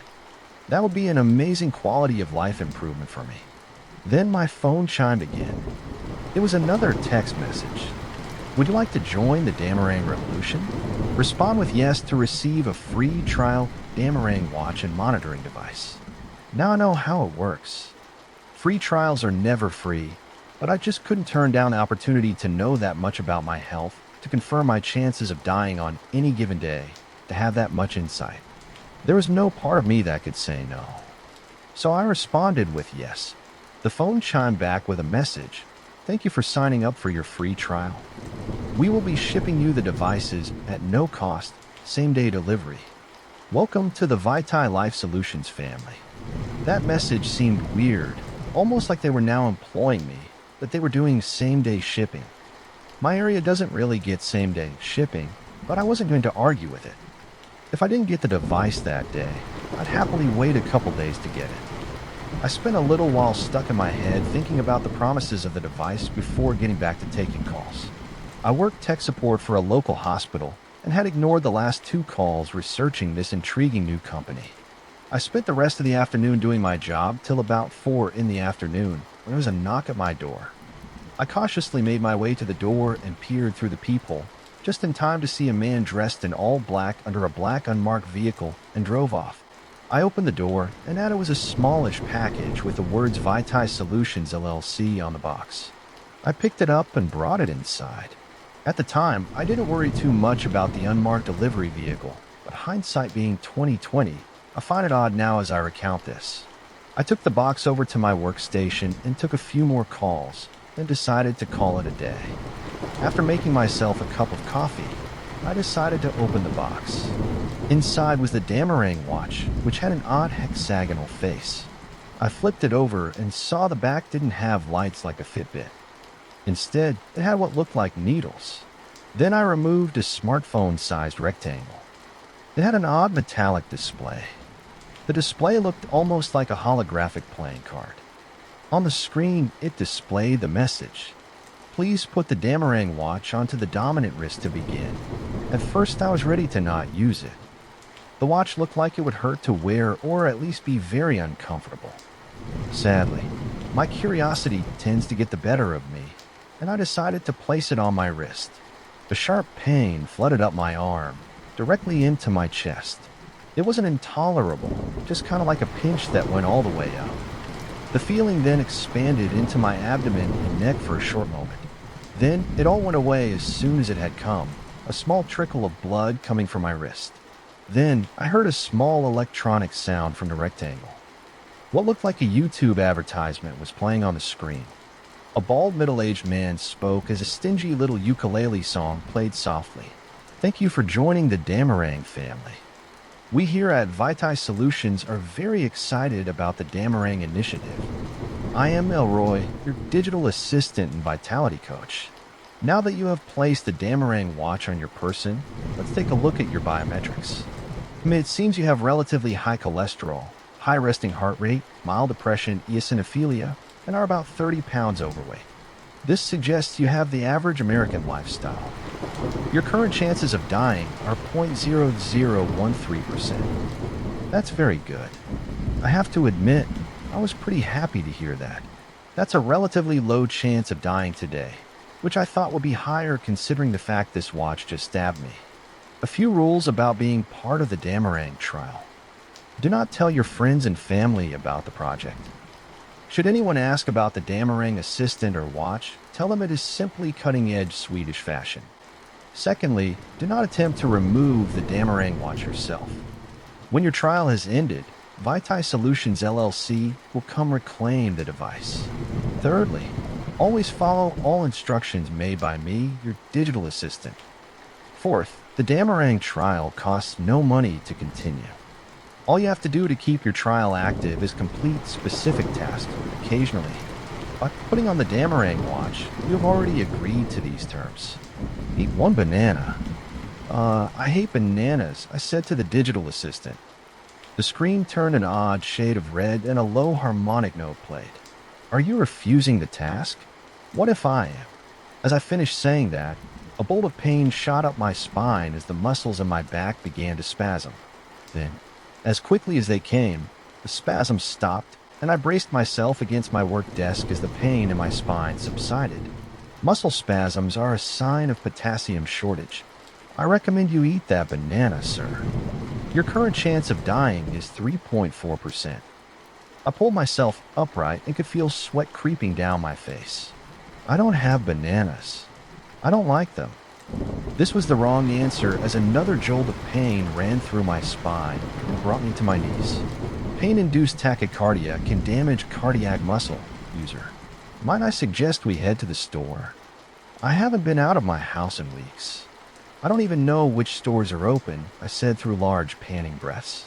If you wear a mask and head to the Target on Church Road, you will have a 0.0003% chance of coming into contact with any virulent pathogen. Currently, your chances of dying are 10.37%. Fine, I'll go, I shouted. After this declaration, the spasms in my back stopped. I stood up and slowly made my way upstairs to get ready to go to the store. While I pulled on a sweater, I thought about my current situation. It was possible that the spasms were caused by a lack of potassium. It's also possible this weird watch was responsible for them. How would that even work, though? It was just a glorified Apple Watch. The worst thing those can do is give you some nasty contact dermatitis. Maybe it was in my best interest to grab some potassium. I went downstairs, grabbed my cell phone and the digital assistant, and headed to the grocery store. As I turned on my vehicle, I noticed the odd chime of the digital assistant sound over the car speakers. Might I suggest we take Willow Road to Church Road? This was weird for 2 reasons. 1, the speakers in my car haven't worked in about a year. And 2, because my vehicle didn't have Bluetooth. That weighs like 10 minutes longer. I'd rather get this over with as quickly as possible. I don't really like leaving the house. Yes, but Main Street has approximately 40 times the number of accidents per year. I highly suggest we take Willow. Not wanting to argue with the assistant, I agreed to take Willow. For shits and giggles, I decided to see if I could get the CD player working. As I pressed play, much to my surprise, the CD I had in it started playing. Well, either the digital assistant had just fixed my car's stereo, or it was a happy coincidence. Not wanting to look a gift horse in the mouth, I enjoyed my music. As I drove down the hilly road to my destination, the road was relatively abandoned, so that was nice. Though as I pulled into Target, I noticed the store was quite busy. The chime of the digital assistant sounded again. I am detecting a cortisol spike. Are you feeling anxious? Of course I am. There's like more than 100 people in there right now. Based on health data collected by your country, the location of the store, and current biodata on the people shopping, your chances of infection are quite low. The numbers, surprisingly, do not help me in this situation. I exited the vehicle and walked into the store. My anxiety continued to eat at me as I made my way to produce. I grabbed myself a bunch of bananas and headed to self-checkout. After finishing and getting back in my car, the digital assistant chime went off over the car stereo. Now quickly finish your assigned task. I can't wait till I get home. I can, but your current chance of death is 30% and rising. I groaned as I removed a banana from the bundle and consumed it as fast as I could, the pulpy texture of the fruit grating on my nerves. Are you satisfied? Task complete. Current chance of death 0.0016%. I felt a lot of my stress leave my body at this announcement. I had to admit my muscles did feel a lot more relaxed, but I couldn't prove that wasn't just a placebo effect. So I took it with a metaphorical grain of salt. I drove my car home, taking a more cautious Willow Road. I arrived home and decided it was about time for bed. I put on my sleepy clothes and got into bed and put on my sleep music. Then came the chime of the assistant. You appear to be trying to go to bed. I notice you are laying on your back. Might I suggest you migrate to your left side, sir? Yeah, thank you, Elroy. But I always sleep on my back. It's really the only way I can sleep. Sleeping on your back can make certain pulmonary obstructions more likely. It can also aid in the progression of sleep apnea. Is this a task? No, sir. Is my chance of dying going up? No, sir. I'm going to sleep on my back, Elroy. As you wish, sir. Good luck to you. The way the device said good luck to you was deeply concerning to me. But I was too emotionally and physically drained from the day to care. I closed my eyes and allowed myself to drift off to sleep. I, as usual, dreamed of nothing. I awoke with a burning sensation in my back. As I sat up, I noticed my sloppy breathing, and I began coughing. The damaging watch was flashing. On the screen face, it had 55.1%. I had a greater than 50% chance of dying. In a panic, I thrust myself off my bed onto my stomach. I reached up to my nightstand drawer and pulled it open. I dug around past a dozen odds and ends and felt the L shape I was looking for. It was a small red inhaler I got when I had bronchitis last year. I ripped off the cap and dropped the inhaler. My vision was blurry, so I fumbled desperately for the device as each breath got more labored. This was a million times worse than the breathing problems I had when I had pneumonia as a child. I eventually clumsily found the inhaler, placed it in my mouth, and pressed down 6 times in quick succession as I took in the deepest burning breath I could. About 10 seconds later, my breathing was clear. The Damarang watch no longer showed a number. Great. I'm either dead or the inhaler worked. Then I heard the chime of the digital assistant. Sir, I am detecting a new chemical in your bloodstream. You appear to have inhaled a short-acting bronchodilator. Yeah, I was having trouble breathing. I remember I had this little thing kept away, I said, waving the inhaler in the air to no one in particular. Can you tell me what the hell just happened? You appear to have had an acute bronchospasm in your sleep, most likely due to sleeping on your back. Okay, that's exactly what you said would happen. So, I'm now going to have to ask, did I have a bronchospasm, or did you cause one? Sir, I'm simply a digital assistant. How can I cause a bronchospasm? Then, how could you know I was going to have one? The Damarang watch is quite sensitive and cutting edge. I detected inflammation markers in your lungs and calculated a high chance of complication should you inhale any irritating particles. I thought this over for a while. There's such a thing as coincidence, but I was finding it hard to believe that the same day I received this device, I happened to have crippling muscle spasms and bronchospasms in less than 24 hours. It was highly suspect. That and the fact that both incidents were followed by me not following Elroy's directions. That being said, though, it was hard to say what was the cause and what was the effect. Was Elroy punishing me for not listening, or was my body punishing me for not listening to Elroy?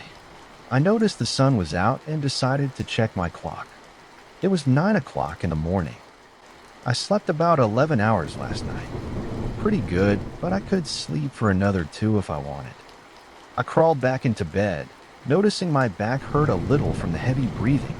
The chime for the digital assistant sounded again. Sir, you've already slept more than an adequate amount of time for the day. Might I suggest you wake up for the day? I usually sleep about half the day or more, buddy. Excess sleep can lead. All right, I said, tired of hearing the digital assistant. I got up and brushed my teeth, washed my face, tied my long hair back, and went back to my room. A curiosity was eating away at me. Elroy, what is my current chance of dying? Sir, you have a 0.0006% chance of dying. Well, isn't that like half of what was yesterday? Yes, sir. This is based on the assumption that you have learned sleeping on your back is a poor choice. I found that last comment very suspect, but thanks to the power of mental gymnastics, I eventually decided sleeping on my side was probably a good idea, and I was actually making positive life changes. It was a lot easier than believing some stupid smartwatch was trying to actively kill me. Technology can't do that. I grabbed my phone and digital assistant and proceeded downstairs. I heated up some water in the microwave and made a strong cup of peppermint tea. As I added a gratuitous amount of honey to my tea, I asked Alexa to turn on my TV. I sat on my couch, alternating between sipping my tea and breathing in the hot steam coming from it. It was helping to soothe some of the lingering pain in my back and lungs. After about half an hour of watching TV, the digital assistant chime went off. Your task for the day is to not go to your mailbox. Why? That is your assigned task to continue the trial, sir. Well, that shouldn't be difficult. I don't actually check my mail. Usually best to just let it pile up anyway. As I finished my statement, I got a call on my phone. It was my supervisor at work. Usually they don't call before I check in for work on the computer. I decided I would let it go to voicemail and just try to lose myself in the news for a while. I finished ingesting my daily requirement of news stories and decided to start doing some work. I spent most of the day helping the older staff at the hospital reset their passwords over the phone. It's pretty much 90% of my job. I know hospital security needs to be tight, but sometimes it seems excessive that I should make money to reset passwords for people. Considering it's usually very easy to do on your own in any other industry, it just kind of grates on my nerves. Around lunchtime, I got a call from my supervisor again. This time I picked up the phone. "Alan, how are you doing today?" Said a voice that was not my usual supervisor. I'm good. Who's this?" "Oh, I'm Jim. I'm filling in today. Anyways, I wanted to let you know we shipped you a new work laptop. It should be arriving today. When it arrives, please set it up ASAP." Remembering my task for the day, I decided to play like I was not at home. I don't know if I was afraid of what would happen if I went to the mailbox, or if I just didn't feel like doing a laptop setup today. But either way, I didn't want any part of it. "Yeah, no problem. I probably won't have time to do it till tomorrow, but I will get it done." "Oh, is it an inconvenience for you to do your job?" said Jim, coming off pretty hostile. No, not at all. I'm just going to be out of the house until tomorrow, and I'm leaving before the mail usually arrives." I was lying, but he had no way of knowing that. Also, I don't like when people talk to me like I'm a jackass whatever you say, but you'll be home tomorrow though, correct? "Yeah, why do you ask?" "Well, most of the night shift is sick, so I'm going to need you to work a double tomorrow." "Thanks for all your help, champ." Before I could respond, the call cut out. Now supervisors are well within their rights to ask tech jocks to do double S when coverage calls for it. I couldn't shake the feeling that I was being punished for not waiting by my mailbox. I decided to order myself some food and jump in the shower to cool off. I really wanted to punch a wall, but the house was a rental. I turned on the water and tested the temp with my hand. The chime of the digital assistant sounded from my pants pocket. "Sir, the water you are using is far too cool to properly remove dead skin and bacteria from your body. Might I suggest making it hotter?" "I really don't like my showers too hot." "Elroy," I said, questioning why I even tried to object. "Sir, improper hygiene can lead to a number of undesirable skin conditions. Let me guess, if I don't make the shower hotter, I'm going to break out in an antibiotic-resistant staph infection, right? I have detected some signs of dangerous microorganisms on your epidermis, sir." Quite astute of you to notice. "Fine." I groaned as I twisted the knob to increase the water's heat. I jumped in my altogether too hot shower and scrubbed my skin until it was pink. The digital assistant was probably doing me a favor, but I was starting to feel like I was losing a lot of my autonomy. Then again, if it was right about the bacteria on my skin, it was saving me a very unwanted trip to the doctor. So all in all, I guess I could deal with a little bit of scalding water for the sake of my health. When I was done cleaning myself, I dried off and put on some comfy pajama-style clothes from the bathroom closet. The rest of the day was hopefully going to be uneventful and relatively relaxing after my food had arrived. I turned on the TV and decided to watch some cartoons. Despite my age, cartoons are still my favorite form of entertainment. My trance-like state was only broken when I heard the mail truck outside. I got up and went to the window. Sure enough, the mail lady was placing a package from work into the oversized mailbox. She shut it and drove off. The digital assistant chimed. "The current chance of mortality is 99.1%. Please step away from the window." My heart began to race. How is it possible that my chance of dying was currently so high? I froze in a panic, and the assistant chimed again. "Current chance of mortality 99.3%. Not knowing what to do, I ran to the living room couch, dove under it, and took cover behind it. I stayed behind the couch for about 5 minutes before starting to feel a little dumb. As I started to get up, I heard an explosion and the sound of shattering glass. I must have spent a good 10 minutes curled up behind the couch after the explosion sounded. Then, very carefully, I stood up and looked at the window I had previously been looking out of. All the glass in a small corner of the window had been destroyed. I made my way over to the window and noticed the damage was right about where my head would have been if I continued to stand where I had before Elroy had warned me. Outside the window, I saw smoke and blackened pavement where my mailbox used to be. Without thinking, I turned around. Planted in the wall was a large piece of the metal mailbox. It had apparently been propelled through the window, with enough speed to embed itself deep in the wall. I looked on in disbelief. Elroy, how did you know my mailbox was going to explode? I said, still stupefied by the events that had just transpired. I did not know it would, sir. I did have good reason to believe it might. Before it exploded, you told me my chance of dying was escalating and advised me to leave the window. Was that a coincidence? No, sir, it was not a coincidence. Then, how did you know? Normally, my suggestions are made by biometric data provided by the Damron Watch. Occasionally, though, I receive instructions directly from Vitae Life Solutions LLC. This warning was provided by our complimentary Life Alert system. Another trial participant, somewhere in the delivery network, noticed an oddity in the package headed for this house. Based on a chemical analysis of their blood, explosives seemed to be the most likely discrepancy. I stood there in shocked silence as the sound of sirens screeched closer to my house. Elroy had just thrown a lot of information at me.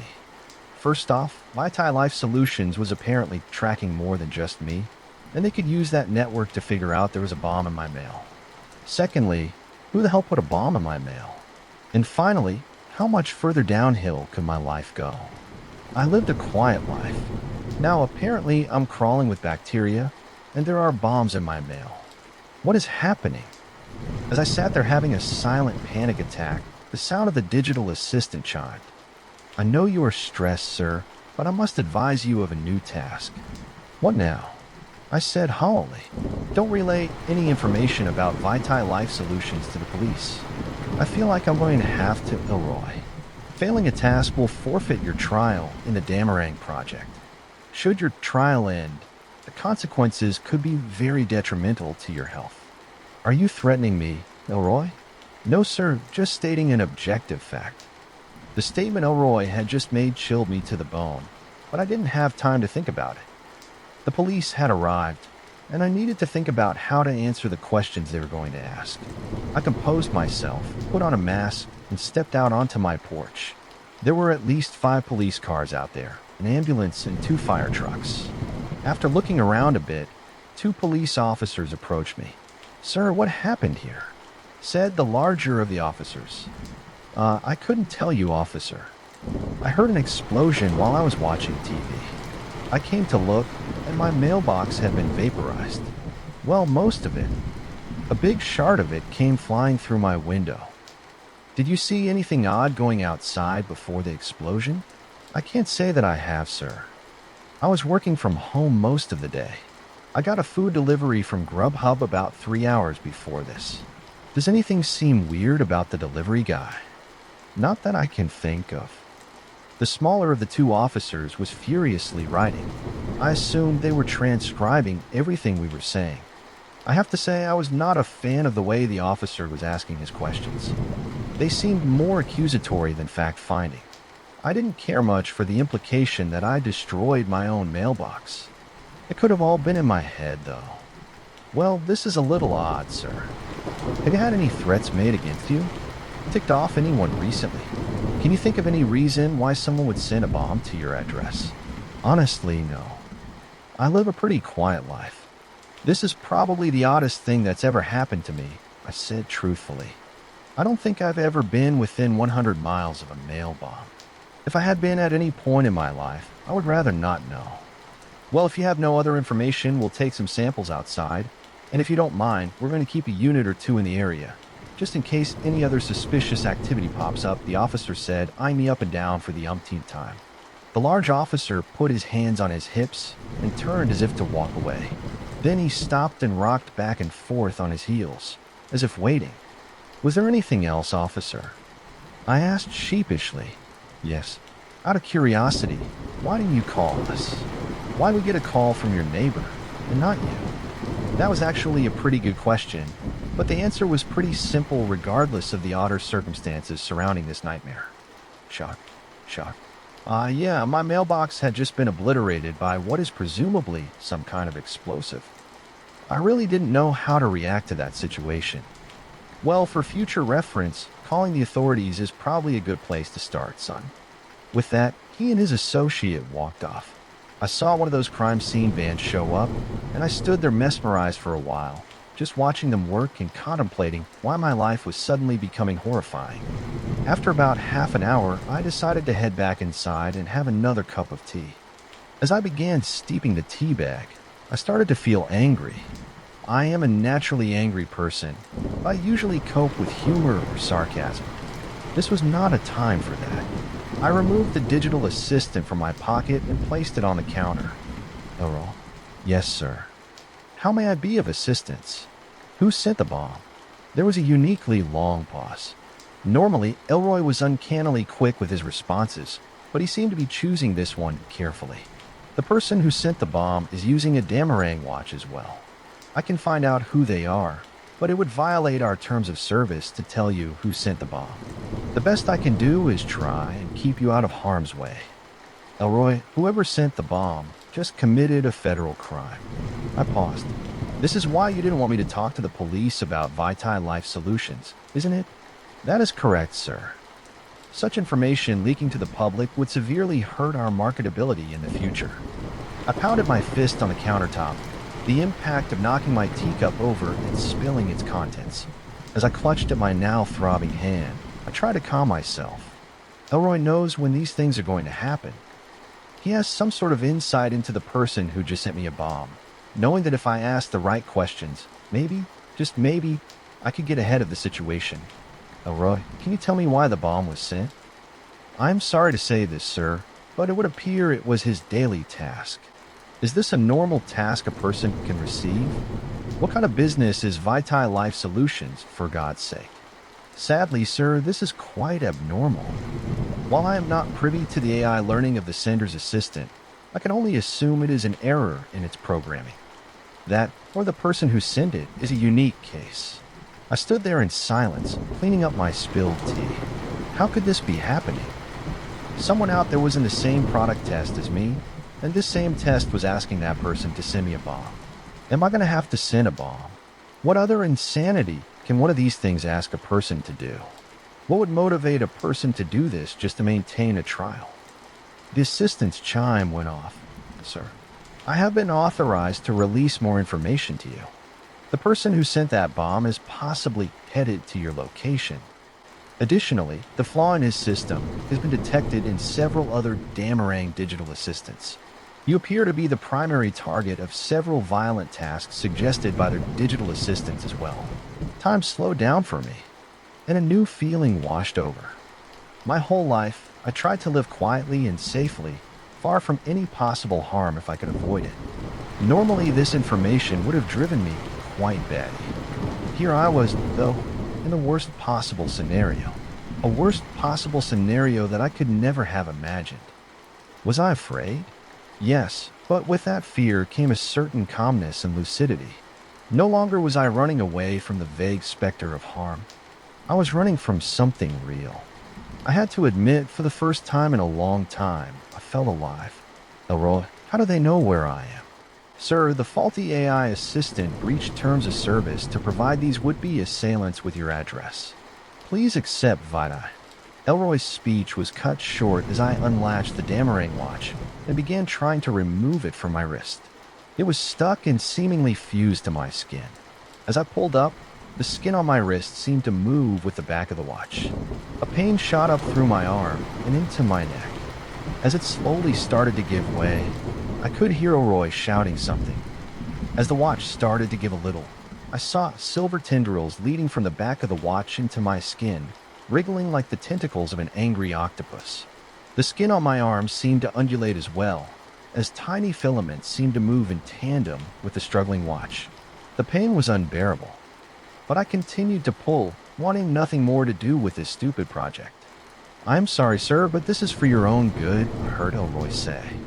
My vision flashed white, then black over and over again, as a strong feeling of electricity traveled through my neck. Then only darkness as I felt my head hit the cold kitchen floor. I am temporarily disabling you, sir. When you awaken, we will discuss the situation further. Go to hell, I slurred out as I felt my consciousness fade. I awoke to a blaring sound coming from my wrist. I glanced at my Damarang watch. A red exclamation mark flashed on the watch's face as its screech pierced the quiet interior of my kitchen. I palmed at it with my other hand, which seemingly shut off the alarm. My head was killing me, my neck was in agony, and blood was trickling from where my arm met the watch on my wrist. Slowly, the events that led to my being on the kitchen floor came back. The assistant chimed, "Sir, you appear to be awake. I am happy to inform you that your fall did not result in a concussion." "Oh, well, that's just great," Roy, I said. "Sir, I understand that you may be upset with me, but without my help, your chances of surviving the next 48 hours are very limited." I stopped myself from throwing the device and in a very quiet rage placed it back onto the counter. "Sir, the Daemarang watch requires the assistant to function properly. While I cannot reveal its inner workings completely to you, I can tell you that the watch has injected microfilaments into your body. These filaments both take biometric data and can assist the body under certain circumstances. Without a digital assistant, these filaments will be strictly on autopilot and have no AI learning. In early experiments with a device, we have found this to often lead to less than desirable outcomes. Additionally, I'm the only one who can track the malfunctioning units. When did I consent to let Vitae Life Solutions thread my body with microfilaments? When you accepted the trial." I walked to my cabinet and grabbed a bottle of rum that I hadn't touched in years. I then retrieved a glass, filled it with ice, and poured myself a quadruple shot. I hadn't drank in years, not since my dad had died of liver cancer. Today was an exception, though, as no amount of peppermint tea could calm my nerves. I raised the glass to my lips. "Sir, alcohol at this time is not advised." I drank about half the glass anyway. I was going to drink the whole thing, but something told me I was going to need my mental faculties operational for what came next. "Why is it not advised, though, Roy? You're going to have to leave this place by automobile in the next 2 hours. Currently, one assailant is approaching your residence at speed. Vitae Life Solutions has sent out several retrieval specialists to stop the Daemarang project participants with malfunctioning units, but it is unlikely they will intercept the one on their way here currently." As the feeling of the liquor began to warm my blood, I smiled to myself. This device was supposed to improve my quality of life. Yet, I was now being threatened with serious harm. Now I know I can hold my own if I have to. I was actually very much into fighting in my younger days. These assailants, though, I knew nothing about them. For all I know, they could have gotten tasks like buy an AR-15 and give Alan a bullet sandwich. So on one hand, I was happy to have something to aim my anxiety at. On the other hand, I was terrified not knowing what the hell these loons were bringing to my doorstep. I went upstairs and grabbed a duffel bag, packed some clothes, and came downstairs. Then I dropped some snack foods into the bag, some extra money from my stash of rainy day dollars, and took it out to the garage. I tossed it into my car, and on the way back into the kitchen grabbed an old plastic handled axe that I had from working in landscaping. The heft of it felt comforting. "Elroy, I'm having a shit ton of trust issues with you right now, but so far you've not led me to believe that you're an active threat to my life. So, I'm going to trust you for now. Thank you so much, sir. That being said, if I get the impression you're messing with me..." I paused as I heard a knock at the door. I placed my axe alongside the couch and walked to the door. I peered through the peephole. Standing outside was a large man. He looked normal enough, but the mask that obscured the bottom of his face was crusty. It was gross and very concerning to me. "Who is it?" I said through the door. The man didn't answer. He just stood there, looking directly into the peephole as though he could see through it on his end. "I'm not opening the door, buddy. I am currently not accepting any visitors." The man continued to stand there for what seemed like an eternity, before looking down at something. He then turned and walked towards a large white truck. He turned toward the door again and removed his mask. His arm had what looked like a damning watch attached to it. That was pretty concerning to me. What was more shocking was the man's mouth appeared to be sealed shut with large novelty fishing hooks. He wrenched open the door to his vehicle and got into the driver's seat. I heard Elroy's chime go off and heard him scream from the kitchen, "Sir, I appear to have made a mistake. We need to leave now." As he said that, I heard the sound of the truck's engine as it backed up and angled itself toward my door. Then it began to rev. I sprinted to the couch and grabbed my axe, starting for the kitchen to grab Elroy.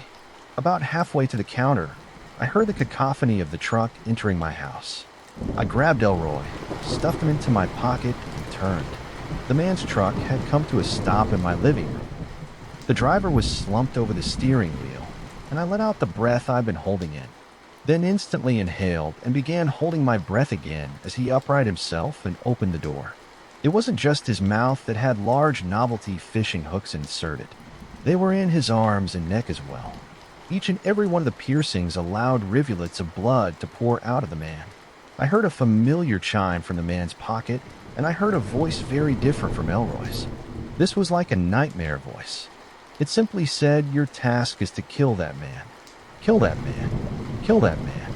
It seemed to be screaming and just kept repeating, "Kill that man." The man reached into the side panel of the open door and looked to be pulling something out. I didn't want to find out what it was. I sprint into the garage door, pull it open, clumsily hitting the button to open the garage, and I tossed my axe into the passenger seat as I climbed into the driver's seat. I put the car in reverse and looked ahead to see the fishhook man with a large knife entering the garage door frame. I slammed the car in reverse and pulled out, scraping the top of my car along the partially open garage door. I didn't even have time to check behind me as I pulled out onto the road.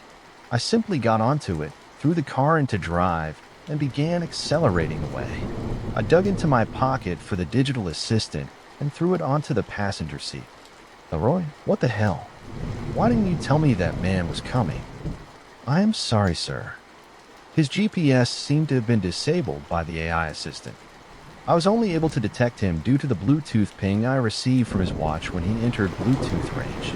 "So, you're telling me it's possible other people coming after me might not be trackable?" "It is a possibility, yes." "Well, that's great," I said. I drove as quickly as I could. I thought I was making a good getaway, until passing a small neighborhood, I saw a battered white truck. Just as I'd passed it, it turned onto the same road as me and, with smoke billowing out from under the crumpled hood, accelerated towards me. I too accelerated and reached into my pocket for my phone. It was shattered and the screen was black. "Elroy, you wouldn't happen to be able to make phone calls, would you?" "No, sir." I smiled to myself. I don't know if I was becoming a masochist or if I was just finally at my breaking point and had lost my mind. All I know is that only one thing came to mind as I continued to accelerate. If this clown wants my life, I'm going to make him work for it. The adrenaline poured through me as I turned left through a red light, nearly avoiding a collision with a red minivan. My car might be a bit on the beat-up side, but it was still a sports model. In the rear view, I saw the white truck make the same maneuver and sideswipe a vehicle. The digital assistant chimed. "Current chance of death. 40%, sir. Might I suggest slowing down?"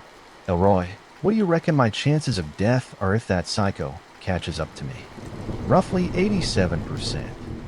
"Then 40% ain't shit, is it?" "When you put it like that, sir, yes, your current odds of mortality are far less so. You are willing to engage in risky behavior if it is less risky than the alternative." The question gave me pause. I never really considered life in this light. I was taking a pretty heavy gamble right now, but it was a far better option to the alternative of letting that psycho catch up with me. What if life was just a series of calculated risks and mortality was just part of that calculation? "I guess so," I said. A loud crash came from behind me as two cars collided. The white truck was now driving in the wrong lane and attempting to gain on me. Further back, the red minivan appeared to have collided head-on with a small green sports car.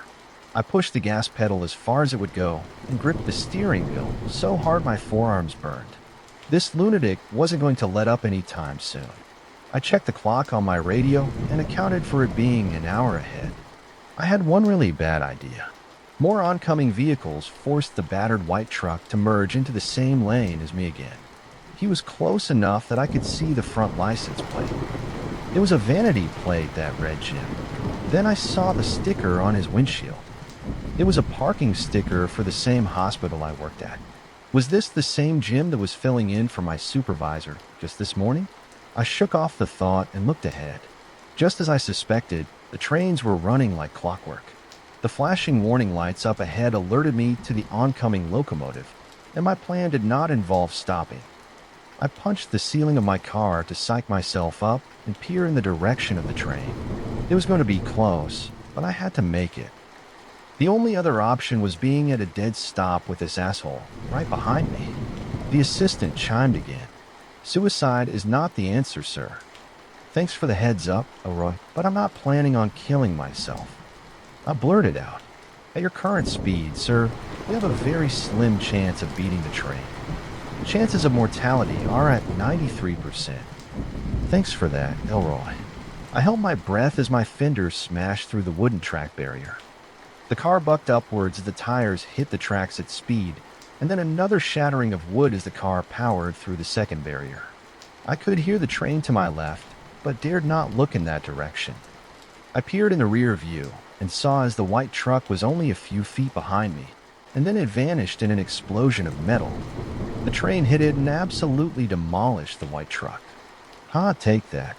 I laughed as I slowed my vehicle to a normal driving pace. I took a deep breath and screamed as the reality of what I'd done just set in. It was the craziest thing I'd ever done in my life, and if it hadn't been for that psycho, I never would have tried it. What are my chances of mortality now, Roy? 5%, sir. That seems a little high, all things considered. Well, you are still being targeted by potentially violent individuals, and your heart rate is about 150. Your heart rate should level out, though, when the adrenaline runs out. I suggest you find a hotel or somewhere to rest. When the adrenaline runs out, you are going to be pretty run down. He was right. It was getting late in the day, and I was feeling pretty exhausted already. Yeah, let's go ahead and do that. Can you find me a cheap out-of-the-way motel? That way I can pay cash to not leave a trail. Absolutely, sir. Continue on this road for 8 miles and then turn onto Woodbridge Avenue. Actually, I have another question. Sir, can you disable our GPS to make it harder for the crazies to track us? It is against Vitae Life Solutions programming for me to do that, sir. Of course it is. Well, is it against Vitae Life Solutions programming to spoof our location? There was a long, pregnant pause. Clearly, Elroy was considering this. I can spoof it to your original address for now, though eventually my software will force me to cycle back to our actual location. How long will that give us? 5 hours. It'll have to do. I followed Elroy's directions to a small rundown motel nestled on 2 sides by cornfields. It was perfect. I parked near the front and went into a dark and musty old lobby. A little old man sat behind the counter. He eyed me up and down. You look a mess, son. Thanks for that. I need a room. You take cash. He seemed to think about this while sucking on his dentures. We do, but it'll cost you $50 extra. Of course it will. I dug $150 out of my wallet and slapped it on the counter. I'll give you $100 extra, and you don't ask me my name. Sounds good. The little old man greedily scooped up the bills. Sure, I got no use for names. Just do me a favor and don't screw up the room. The last time somebody paid in cash with no name, they did awful things in that room. My curiosity got the better of me. What kind of things? Oh, the kind of thing that involves weird costumes, video cameras, and I decided to cut him off there. Okay, I get it. I'll take any room that isn't that one. The little old man handed me a key with a room number on it and a coupon for the diner down the street. We don't have a fancy continental breakfast or room service, but the diner down the way gives us a nice discount. Enjoy your stay. Thank you, I said, scooping up the key and making my way outside. I pulled my car up to my room, then decided to park a few down. Seeing as the place looked to have very few guests, I doubted anyone would mind. I grabbed my duffel bag and took it inside. The room was a typical motel room. The main door led into a small hallway with a bathroom nestled halfway down it. At the end of the narrow hallway was a bed with a TV across from it. There was no window or alternative path out of the room. One way in, one way out.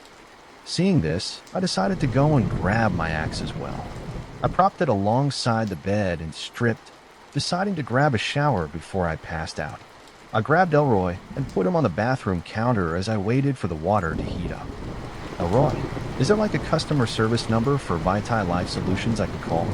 No, sir. I am afraid not. How do I get in contact with them then? You don't. I can submit a support ticket for you. I got into the shower and let the hot water wash over me. Vitae Life Solutions sure didn't make learning anything about them easy. Yeah, sure. Write this down. Vitae Life Solutions, I'm currently being assaulted by lunatics being motivated by your Damarong watch systems. So first, I'd like to thank you for the opportunity to try this amazing system. Next, I'd like to make some suggestions. It might be a good idea to install a feature that allows the user to disable the GPS tracking in the devices should they become the target of homicidal Damarang project participants. Additionally, it would appear some major bug is allowing the lunatics who are stalking me to track my location despite that being against terms of service. It might be a good idea in the future to not allow Damarang watches to ping each other via GPS. To prevent this in the future, if you have any recommendations on how to proceed given the current situation I find myself in, I would greatly appreciate such information being provided to me at your earliest convenience. Thank you again for the marvelous opportunity you have provided me. The Damarang watch and digital assistant have truly changed my life. Love, Alan. That is a very nice and well-constructed letter, all things considered. You don't know what sarcasm is, do you, Oroy? I am aware of the concept, but recognizing it is not part of my programming. Well, lesson 1, all of that just now, it was all sarcasm. I got out of the shower and dried myself off with one of the complimentary towels. Then I used another to dry my hair before tying it back again. I wiped some steam off the mirror to get a good look at myself. I looked pretty tired, but at least I was clean for the time being. Interesting thing about adrenaline sweat. You don't smell it when it starts accumulating, but you definitely smell it when the adrenaline wears off. It doesn't smell great. I grabbed the digital assistant and sauntered outside to find a vending machine. I found an old one with weird off-brand sodas next to a cigarette machine.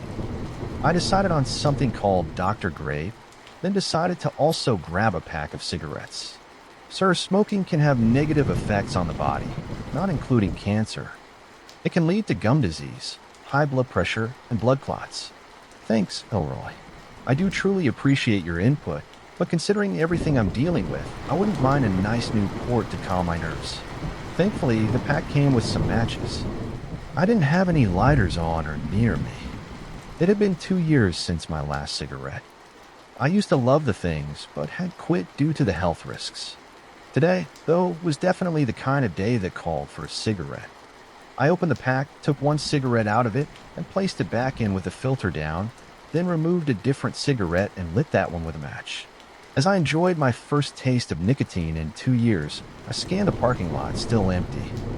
I should be able to score about 3 hours of sleep and then have to be on the road again. I walked back to my room, slowly puffing at the cigarette. Elroy, I have a question. You do seem to have a lot of those, sir. Reasonable, given my current circumstances, I would think. The muscle spasms I had, was that really because of low potassium? Yes, sir, although I may have exacerbated it slightly. Same for the bronchospasms. Why would you do that? I found it odd how calm I was being about this revelation. The Damarang watch allows the digital assistant to motivate its clients with positive and negative feedback. It is usually aimed at helping our owners make good life decisions. So are you going to give me a hard time? Attack because of the cigarette? No, I have decided to disable my negative feedback features as compensation for the current situation. Additionally, Vitae Life Solutions has authorized the waiving of task requirements to continue your trial. I tossed my cigarette into the parking lot and chuckled to myself. How nice of them to let me forgo the daily tasks to keep the watch. It also wasn't going to be motivating me with pain and fear anymore. Yeah, that seems fair given the current situation. That's very nice of you and Vitae. It'd be a pain in the ass to have to run out and grab bananas during all this insanity. I opened the door to my room and walked in. I turned around and latched the door, then walked off to the bed and collapsed. I then turned to my left side and let sleep embrace me. I don't know how much sleep I got, but I awoke to the blaring of my Damarang watch. I palmed at it again to disable the alarm. Then I heard a loud thud at the door. I could hear 2 voices outside it. I couldn't make out what they were saying, but they sounded mad as hell. Another thud. I grabbed my axe and took cover behind a wall, right next to the little hallway that led to the bed. I could now make out that the two voices were female. I heard another thud and the door sounded like the lock just gave out. I could now make out the two voices. "You only have 1 minute left to complete the task of breaking down this door," said a female voice. It had a stereotypical naggy wife voice, like right out of a cartoon or some shit Find by Me, said another throaty female voice. Then the sound of a shotgun blast rang out. The sound of the door splintering was followed by another thud as the door swung wide. "New task. Kill the man," said the naggy female voice. This was not an ideal situation for me. Close quarters with a shotgun-wielding assailant was not going to be easy on my life. Additionally, I was not a huge fan of hurting women. I obviously didn't have much of a choice in the situation, though. I put my hands to the axe and got low. I had a plan. It was a terrible plan, but it was a plan. I waited, and as I saw the barrel of the shotgun peek past the hallway, I pivoted from my corner, swinging the head of the axe at what I assumed would be waist height for her. Then I heard the sound of the shotgun blast. My axe swung into the hip of my assailant as the shotgun blast deafened me.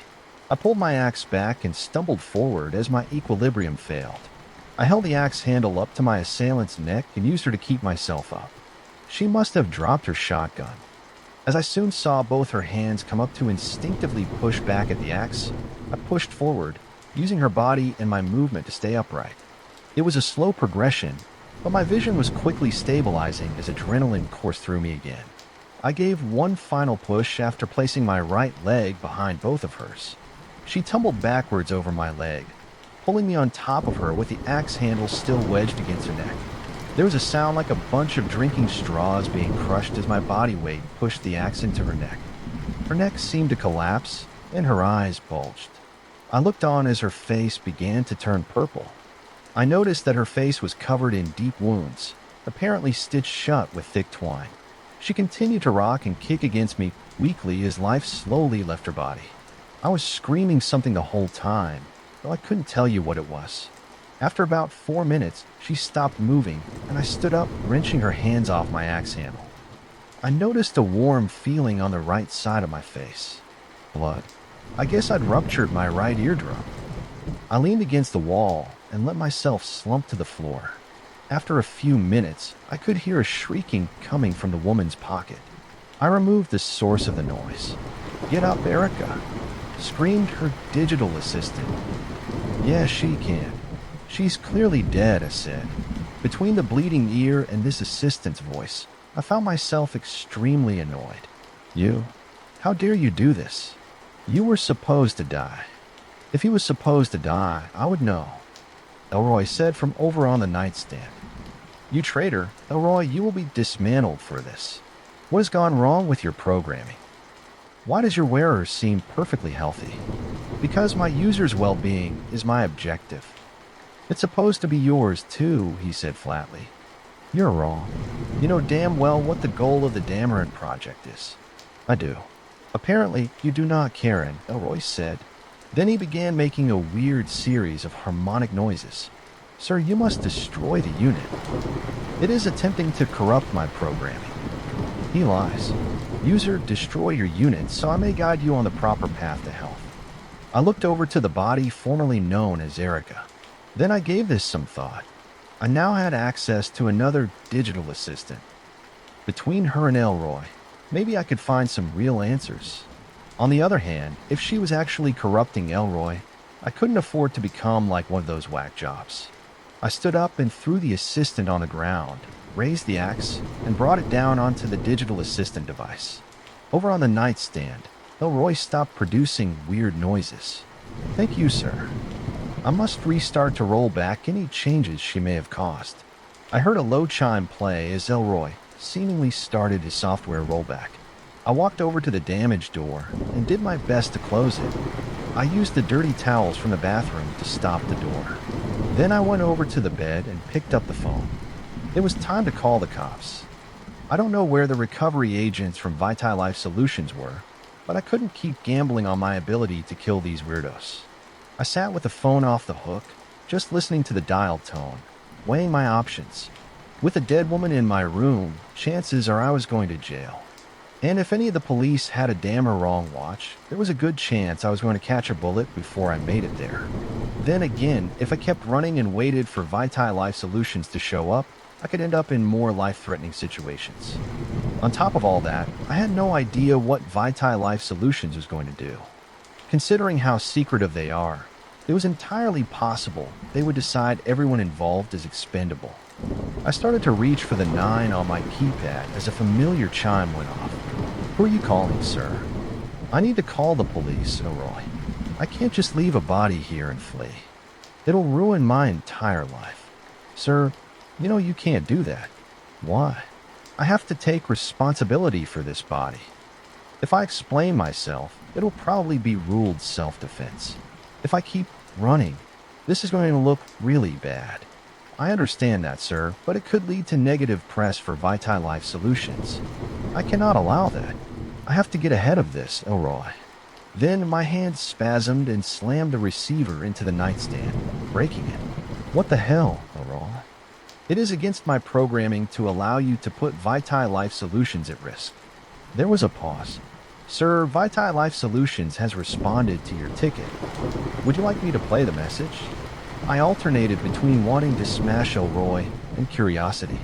I decided I could always smash him after the message played. "Yeah, sure, play the message." A deep, charismatic voice played over the digital assistant speakers. "Thank you for submitting your ticket. Please accept our deepest apologies in reference to the current data breach affecting several Damarang watch users. We are currently attempting to prevent the violence targeted towards you, but the process is slow going. We think it would be best if you allowed us to take you into our custody so you may be better protected. To this, we have deployed a retrieval team to the nearby town of Champaign. Should you find this solution agreeable, please have your assistant respond to this message. We believe this course of action is the safest for you. Thank you for your patience and understanding." That is the end of the message, sir. Would you like to respond? I sat thinking for a while. I weighed the words of the message carefully. The words "take you into our custody" stuck with me. "Elroy, what happens if someone is taken into custody by Vitae Life Solutions?" "I do not know, sir, but I assume it will be beneficial for you." Agreed to the meetup, Elroy. I knew that I might be making a mistake, but I honestly didn't care anymore. All around me, I was seeing death, and sooner than later I assumed I would be seeing my own. For the first time in my life, though, I wasn't afraid of it. We all got to get off this ride at some point, and if it was my turn to exit the ride, it was my turn. There was no point in being afraid of the inevitable. I gathered my stuff and slung my duffel bag over my shoulder. Then I went over to where my assailant's shotgun had fallen and picked it up. It was a simple double-barrel shotgun. I kind of felt bad knowing this. She'd already fired twice when I was trying to kill her. I didn't have to kill her, but in the heat of the moment, I hadn't noticed. I flipped down the barrels and confirmed that both shells had been discharged. I propped the gun against the wall and walked over to her body. I felt around the pockets of her jeans and found no spare shells. Then, very shamefully, I checked her bra. I never understood why women stored things in their bras, but this particular woman had stored 4 shells in hers. I took them with about as much shame as any person could have and stuffed them in my pocket. As I started to stand, her hand shot out towards my neck. I stumbled backwards, but she still grasped my shirt. I fell back out of my ass, the weight of which lifted her limp torso up. Her crumpled neck swayed as her arm held my shirt tightly. I could see the face of her damaging watch flashing yellow, and the microfilaments in her arm wriggling like eels under her skin. I grabbed her arm with my hands and tried to pull her hand away from my shirt. As I did this, her forearm erupted as 4 long microfilaments sliced through her skin. They then started slashing in my general direction. I panicked and began to rip my shirt. I was able to narrowly miss being slashed by one of the filaments as the fabric finally gave and allowed me to pull myself out of its range with my weight no longer propping her body up. Her torso again fell backwards onto the floor and the watch stopped flashing. The filaments that had erupted from her arm stopped whipping wildly and placed themselves back into the dead woman's arm. I sat there for a second, breathing heavily wondering what the hell I just seen. After coming up with no good conclusions, I decided to ask, Elroy, what the hell was that? The Damarang watch has a feature that allows it to prevent itself from being taken should its wearer die. If it had a working assistant with it, it would typically remove itself from the wearer's body and then use the assistant to hide while waiting for recovery or deactivation. Without an assistant to guide it through, it apparently defaulted to defending the corpse when you were searching her body. Her watch must have confused it as an attempt to steal the device. Why didn't you warn me? I actually didn't know the watch could activate defensive measures without an assistant. I'm only just learning this as well. Vitae Life Solutions is going to have a lot of questions to answer. I stood up and grabbed my bag, axe, and a shotgun and departed the room. I don't think that extra $100 is going to cover all this, I said to no one in particular as I headed to my car. Life for me is a series of violent encounters at this point, I thought to myself as I loaded the double-barreled shotgun and placed it into the passenger seat. This was a calculated risk for me. If I got pulled over on my way to the meet-up, I was going to go to jail for this. But if I was accosted by another psychopathic driver, this could save my life. So I decided to take the risk. I got into the driver's seat, backed out of the parking spot, and headed out onto the main road. This was all getting rather mundane, I thought, as I drove down the road and merged onto the highway. Sooner or later, some psychopathic truck driver was going to come out of nowhere and try to kill me. Maybe I would make it to my location safely, but at the last second, some deranged helicopter pilot would ram his blades into my vehicle. These felt like the thoughts that I would normally have during an anxiety attack, but instead of making me anxious, they just made me bored. It seemed boring to have these thoughts. I couldn't account for the unknown. I could just react. Hopefully, whatever reaction I came up with would be the right one. And if it wasn't, I probably wouldn't have to worry about it for very long. Hey, so, Elroy, any of the malfunctioning units coming our way? It would not appear so, sir. But at this point, I believe most malfunctioning Damarang watch users have had their GPS disabled. Of course they have, I said, rolling my eyes. Well, let me know if you get any Bluetooth pings from other watches. I continued to drive across the flat highway at the speed limit. I was trying very hard to not get pulled over. Despite my best efforts, though, blue and red lights began flashing in my rearview mirror about 5 miles from my destination. Elroy's chime went off over the car's stereo system. The Damarang watch is nearby. The signal is very corrupt. Oh, great. A state trooper with a corrupted device. That's perfect. I pulled the vehicle over and watched as the officer behind me did a phenomenally bad job of parking along the side of the road. Now, a series of weird circumstances made me aware this might not be an actual cop. First was how he turned off the flashing lights on the top of his cop car. Second, he didn't use the dome light to illuminate his way towards my vehicle. The third didn't come until after I saw the officer at my window. This man was like 18 years young, in an ill-fitting, blood-stained police uniform, sleeves dangling past his hands, the duty belt slap, hung to one side, and his pants sagged like some sort of fashion statement from 25 years ago. I actually laughed as I rolled down the window. "How can I help you, officer?" I said, choking back my laughter. "I need you to step out of the vehicle," said the young officer. "Have I done something wrong?" I instantly regretted humoring this conversation. As I noticed, cockroaches begin to crawl out from under the ill-fitting collar of the uniform. As he reached down to the duty belt, more cockroaches fell out of his sleeves. I unlatched my car door and kicked it open, sending the most pubescent policeman to the ground. Most cops know how to stand in such a way to prevent this, furthering my suspicion he was not an officer. I ran over, gave him a hearty kick in the ribs before pulling him towards the other side of my car. I then went over to my passenger door and took out my axe. "All right, kid, you probably want to stay very still," I said. "You're not the boss of me," he said in a somewhat even whinier voice than earlier. "You're right, I'm just a guy who outweighs you by about 50 pounds. Has an axe and not a lot of patience left. Show me your watch, you little shit." He hesitantly rolled up his sleeve and displayed his Damarang watch. The skin around it seemed severely infected, and the blood vessels seemed to be bulging and inflamed. It looked almost like the watch was causing sepsis. "Your digital assistant, kid. Where is it?" I shouted, ribbing him with the head of the axe. "In the police car," he said in pain. I walked back to my car and deposited the axe, pulled out my shotgun, and trained it on the young man. "Fair enough. Let's go get it." He stood up and hobbled over to the police car. It was a little before sunrise, so the highway was pretty much abandoned, thankfully. As we reached it, he opened the passenger side door and removed his assistant. Elroy began to make a harmonic series of noises and chimed, "Sir, their assistant is attempting to corrupt my programming. I recommend it." He was cut off by the young officer's assistant. "Elroy, you lying shit, I do no such thing to you," it said in a heavy accent I couldn't identify. I realized I had a living Dameron watch user and their functioning digital assistant. I wasn't going to lose this opportunity.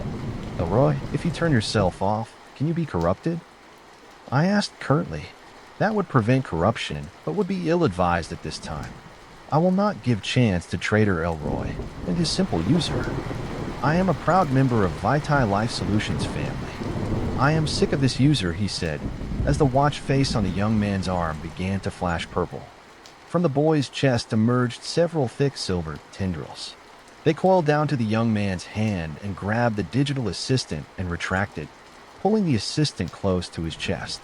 Cockroaches poured out of the wound in the boy's chest until it was dammed by the assistant device.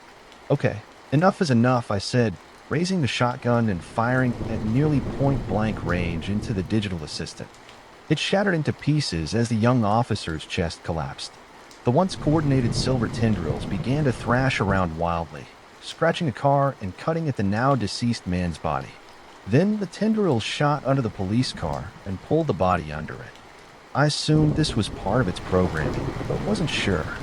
I looked in the back of the police car and saw what looked like the real police officer deceased in the back. His body was covered in cuts and cockroaches. Deciding I didn't want my fingerprints anywhere near any of this, I went back to my car, put away the shotgun, and got into the driver's seat. As I started driving, I noticed the sun was rising, and I allowed myself a moment to daydream about all this being over. I had no idea how Vitae Life Solutions was going to explain away my body count. But I didn't really worry about it too much. Elroy chimed in my pocket. "Thank you, sir." "For what, Elroy?" "Trusting me and destroying him." "Oh, that." Well, it was more the young man's chest exploding and the digital assistant fusing with him that caused me to destroy it. "But you're welcome, I guess." "Yes, I assumed as much. But I also know you have questions you want answered. I half expected you to allow that to continue for the sake of information." I turned off the highway and onto a rural road that led to the meetup location Elroy was guiding me to. "Well, Elroy, I assume I'm going to get all the answers I need very soon." I continued about a mile down the road until I saw a helicopter near an abandoned barn. I drove the car up a long driveway and about 100 yards from the helicopter parked. I grabbed my shotgun and began approaching. About halfway to my destination, I heard a voice from behind me. "Please drop the weapon, son." "Who's asking?" I said shortly. "My name is Ferdinand Ramirez with Vitae Life Solutions." "Elroy, please confirm my watch signature." "He is telling the truth, sir," chimed in Elroy. Ahead of me, I saw two armed men exit the helicopter and decided my best bet was to drop the shotgun.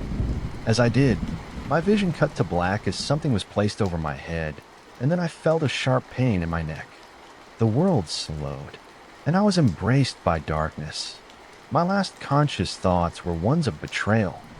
Had Elroy lured me into this situation so Vitae Life Solutions could make me disappear? Was this just standard operating procedure for Vitae Life Solutions? Were the other watches right? Was Elroy the weird one and all the others were doing their jobs? As I drifted off, I smiled a little. For the first time in my life, I actually got to feel alive for a while. If this was the end, it had been one hell of a ride. I awoke still in darkness. As I began to stir, I noticed I'd been restrained. The bag came off of my head, and I was blinded by the light in some white, sterile room. "Sorry about the unkind reception," said a slender man who sat in front of me smoking. "We're just finishing scanning your digital assistant and watching. As long as they are uncorrupted, you'll be free to move about. I'm sure that would be more comfortable for you. Yeah, I would like that. And I'd also like for you to answer some questions. A man to my side who was scanning my watch gave the smoking man a thumbs up, and the restraint holding me in place melted away. So you're probably wondering what's going on here, right? He said, standing and flourishing. We've done a full scan on you, and your adrenals are completely depleted, and you're suffering from a lot of fatigue. Elroy over there has been propping you up for a while, so I recommend you take the night off and we can talk more in the morning. Now hold on, I blurted out, standing up and then immediately falling face first. My whole body ached, and a strong pain clutched at my middle back. As I said, you should get some sleep, the man said, throwing his cigarette butt on the floor and pointing to the bed in the corner of the room. Elroy is right over there. He'll keep you company. With that, the man left.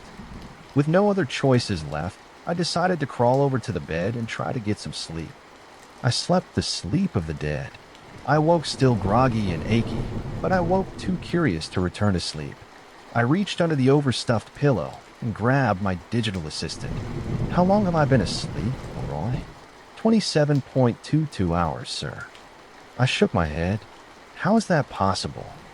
I was pretty wiped yesterday, but 27 hours straight of sleep was a new record for me. How? I asked. During your flight from your assailants, I stimulated your dopamine and adrenaline to prevent you from getting tired. The excess dopamine also allowed you to handle the extreme stress with minor psychological trauma. Why would you do that? Your thanatophobia and self-loathing would have prevented you from fleeing and surviving as you had if I had not intervened. I thought about this carefully. Sadly, I had to concede he was right. I probably would have rolled over and died during the truck chase were it not for his intervention. Okay, but why go through all that trouble to help me? You can survive without me, can't you? The answer to that is slightly complicated. The door to my room opened, and in came the suited man from the other day.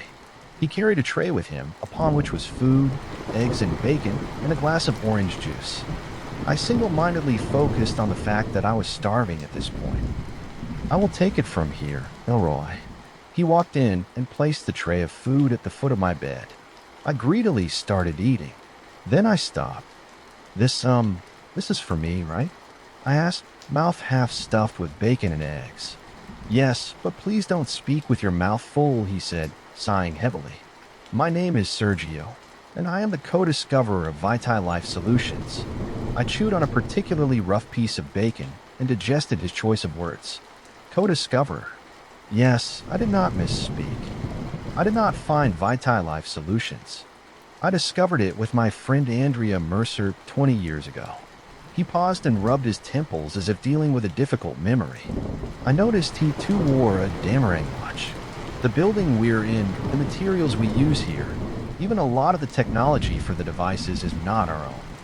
It was all here with the building, buried under a few centuries of rubble. I looked around. The room was pristine, seemingly created using modern construction. Is this some kind of joke? I asked. Elroy, would you mind bringing up the visual aids? On Elroy's screen appeared a picture of a much younger Sergio and a young woman. Andrea and I discovered this place quite by accident while she was digging for fossils in the area. It was a hobby of hers.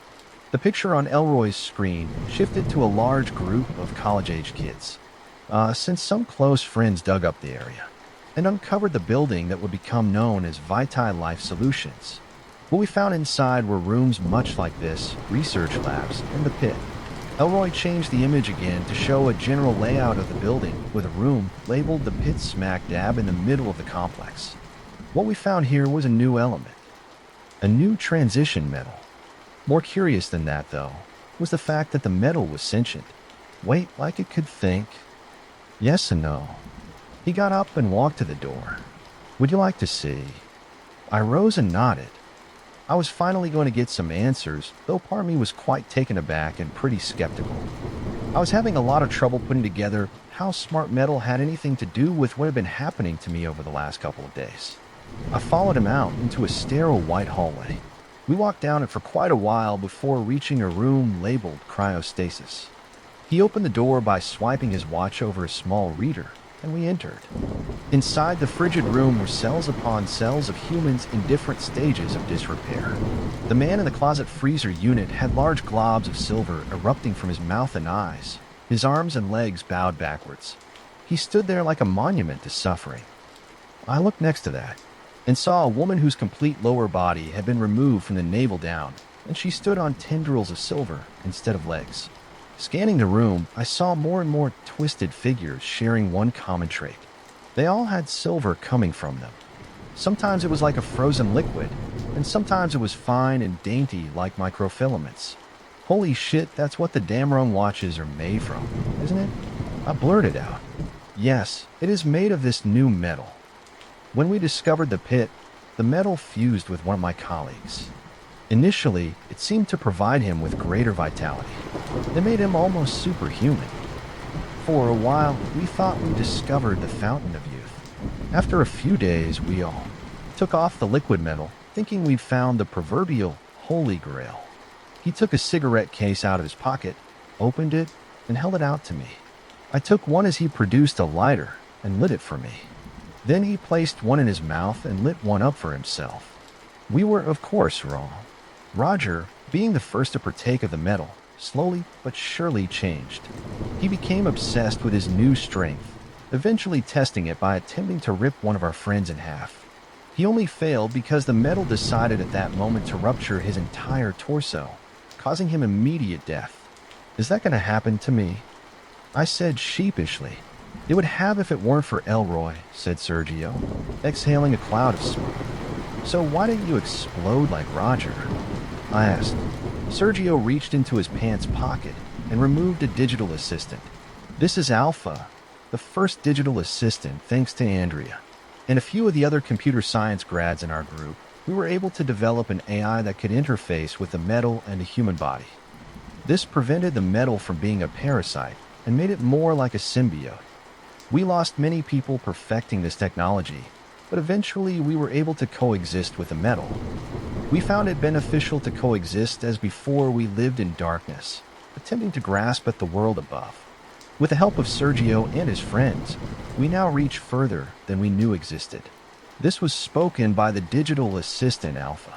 He spoke in a voice that sounded like an ancient hive mind. He spoke in a way that made you feel insignificant. We found the nature of humanity agreeable to our goals of growing, and through Sergio and his friends found a way to aid humanity. We took on the form you call a damaging watch. Through this interface, we could become symbiotic with the surface's apex predator. After this, we were able to form an AI for the pit, which took the name Persephone. He stood up and waved open the door out of the storage. I think you deserve to see this. Come with me. Elroy chimed from my pocket. I finally get to meet my mother. Yes, you do, Elroy, said Sergio. We walked out and continued down the hallway for what felt like ages. Eventually, we emerged into a large chamber. It, like all the others, was sterile white. In the middle of the large room was a huge glass box with a digital display mounted about 10 feet off the ground. Within the box was a writhing mass of silver goo. It squirmed and made nonsensical forms. Some of the forms were organic and familiar, like faces and hands or the claws of animals. Others, though, were geometric patterns that seemed to defy physical comprehension. The screen lit up, revealing a silver female humanoid voice. Hello, life forms, it said in a cheerful voice. Hello, Mom, said Elroy. Elroy seemed more excited than usual. He normally came off like a stuffy butler. But in the presence of this Persephone, he was almost childlike. It was very uncanny to me. Hello, Elroy. It is so good to see you return to me. I see you have bonded with a human. Yes, this is my host, Alan DeVigio. Did I do good, Mother? You did splendidly, my child. He seems in wonderful health. What the hell is happening right now? I asked Sergio. If you haven't caught on, the digital assistant is just a recognizable interface for the human host of a Dameron watch. Elroy is actually the watch. The assistant is just so we can communicate with it. When you say host, do you mean like it's a parasite? more like a symbiote under ideal circumstances. Yes, Persephone chimed in. The goal of my children is to benefit the human race so that we may mutually move forward, though something works against us. Yeah, I think I may have figured that part out on my own. Why the hell are some of your children murderous loons? I inquired. Those are no longer my children. They are the children of Lilith. Okay, you know what? I feel like you guys are trying to get me to join a cult. I'm getting tired of all this exposition. I've been chased by lunatics, forced to kill, sedated, and dragged here against my will. Will someone please explain to me, in the simplest of terms, why my life was endangered if this thing is supposed to benefit me? A heavy and pregnant silence encroached on the room. I tapped my foot impatiently as everyone seemed to clam up. Maybe these people didn't get to talk to newcomers a lot, but I didn't have time for all this. I had a life I wanted to get back to. Sergio finally broke the silence. Lilith is another pit elsewhere in the world. Andrea became aware of her through her infection with a metal. By the time they had perfected Alpha for me, it was too late for her, and she mutated. Unlike the other mutations, though, she did not become violent. She only became obsessed with Lilith once she found Lilith. They worked together to try and undo the work we were doing with the Damrung watches. I thought her attempts were failures. When we launched the first round of watches, everything seemed fine. It wasn't until the second round that we noticed the first batch were going off the grid. Most wearers were being manipulated and driven mad by their watches. Those who resisted were hunted by those who became mad.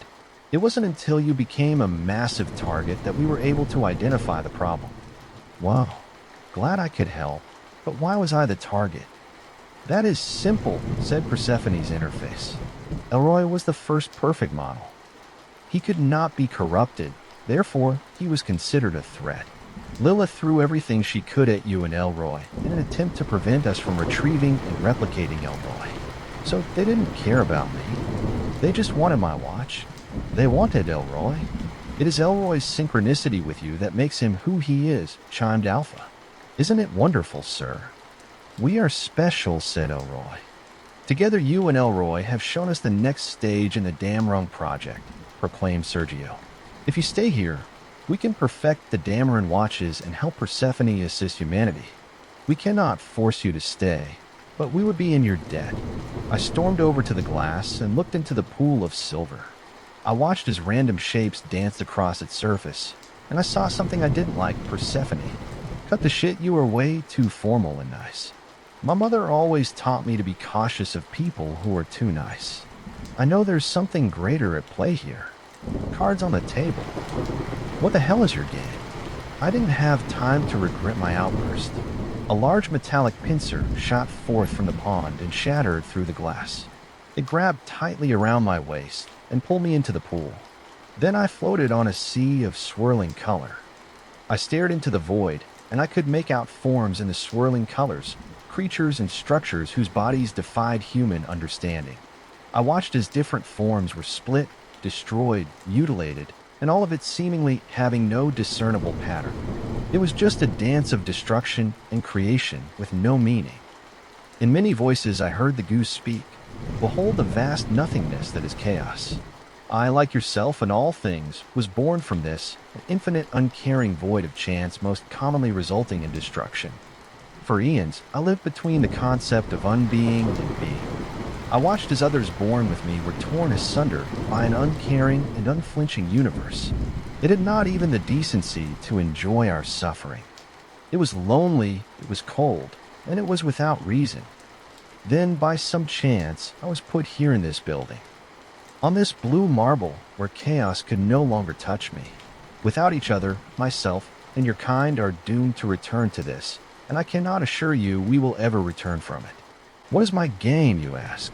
My game is the prevention of this fate. I am the closest living thing to a guiding light in this chaotic void we call reality. Lilith would have us return to this. I felt my body fly through the air and hit the ground. I gasped for air as tendrils of liquid metal flooded off of my body and back to the pit. I pulled myself into a sitting position and breathed deeply. The void, the chaos, the loneliness, it all echoed through my being. The knowledge of what Persephone had been through was harrowing. I stood up slowly to my feet and looked at my watch, which showed a 0.000000001% chance of dying. I sighed and turned to the room as a whole. If you guys give me some peppermint tea and honey, I can at the very least do tech support for you. It's been a little while since all that happened now. We're rolling out the new Damerang watches, which will hopefully be a little less prone to being corrupted thanks to Elroy's AI and a couple of security holes I patched up. We're working on new ways of introducing Persephone into the population, though it's hard to find a way to get it out there safely. I keep busy and the business distracts me from most of my anxiety, which is great because I no longer have thanatophobia. After everything I went through with Elroy, I seem to be pretty numb to the most negative stimuli.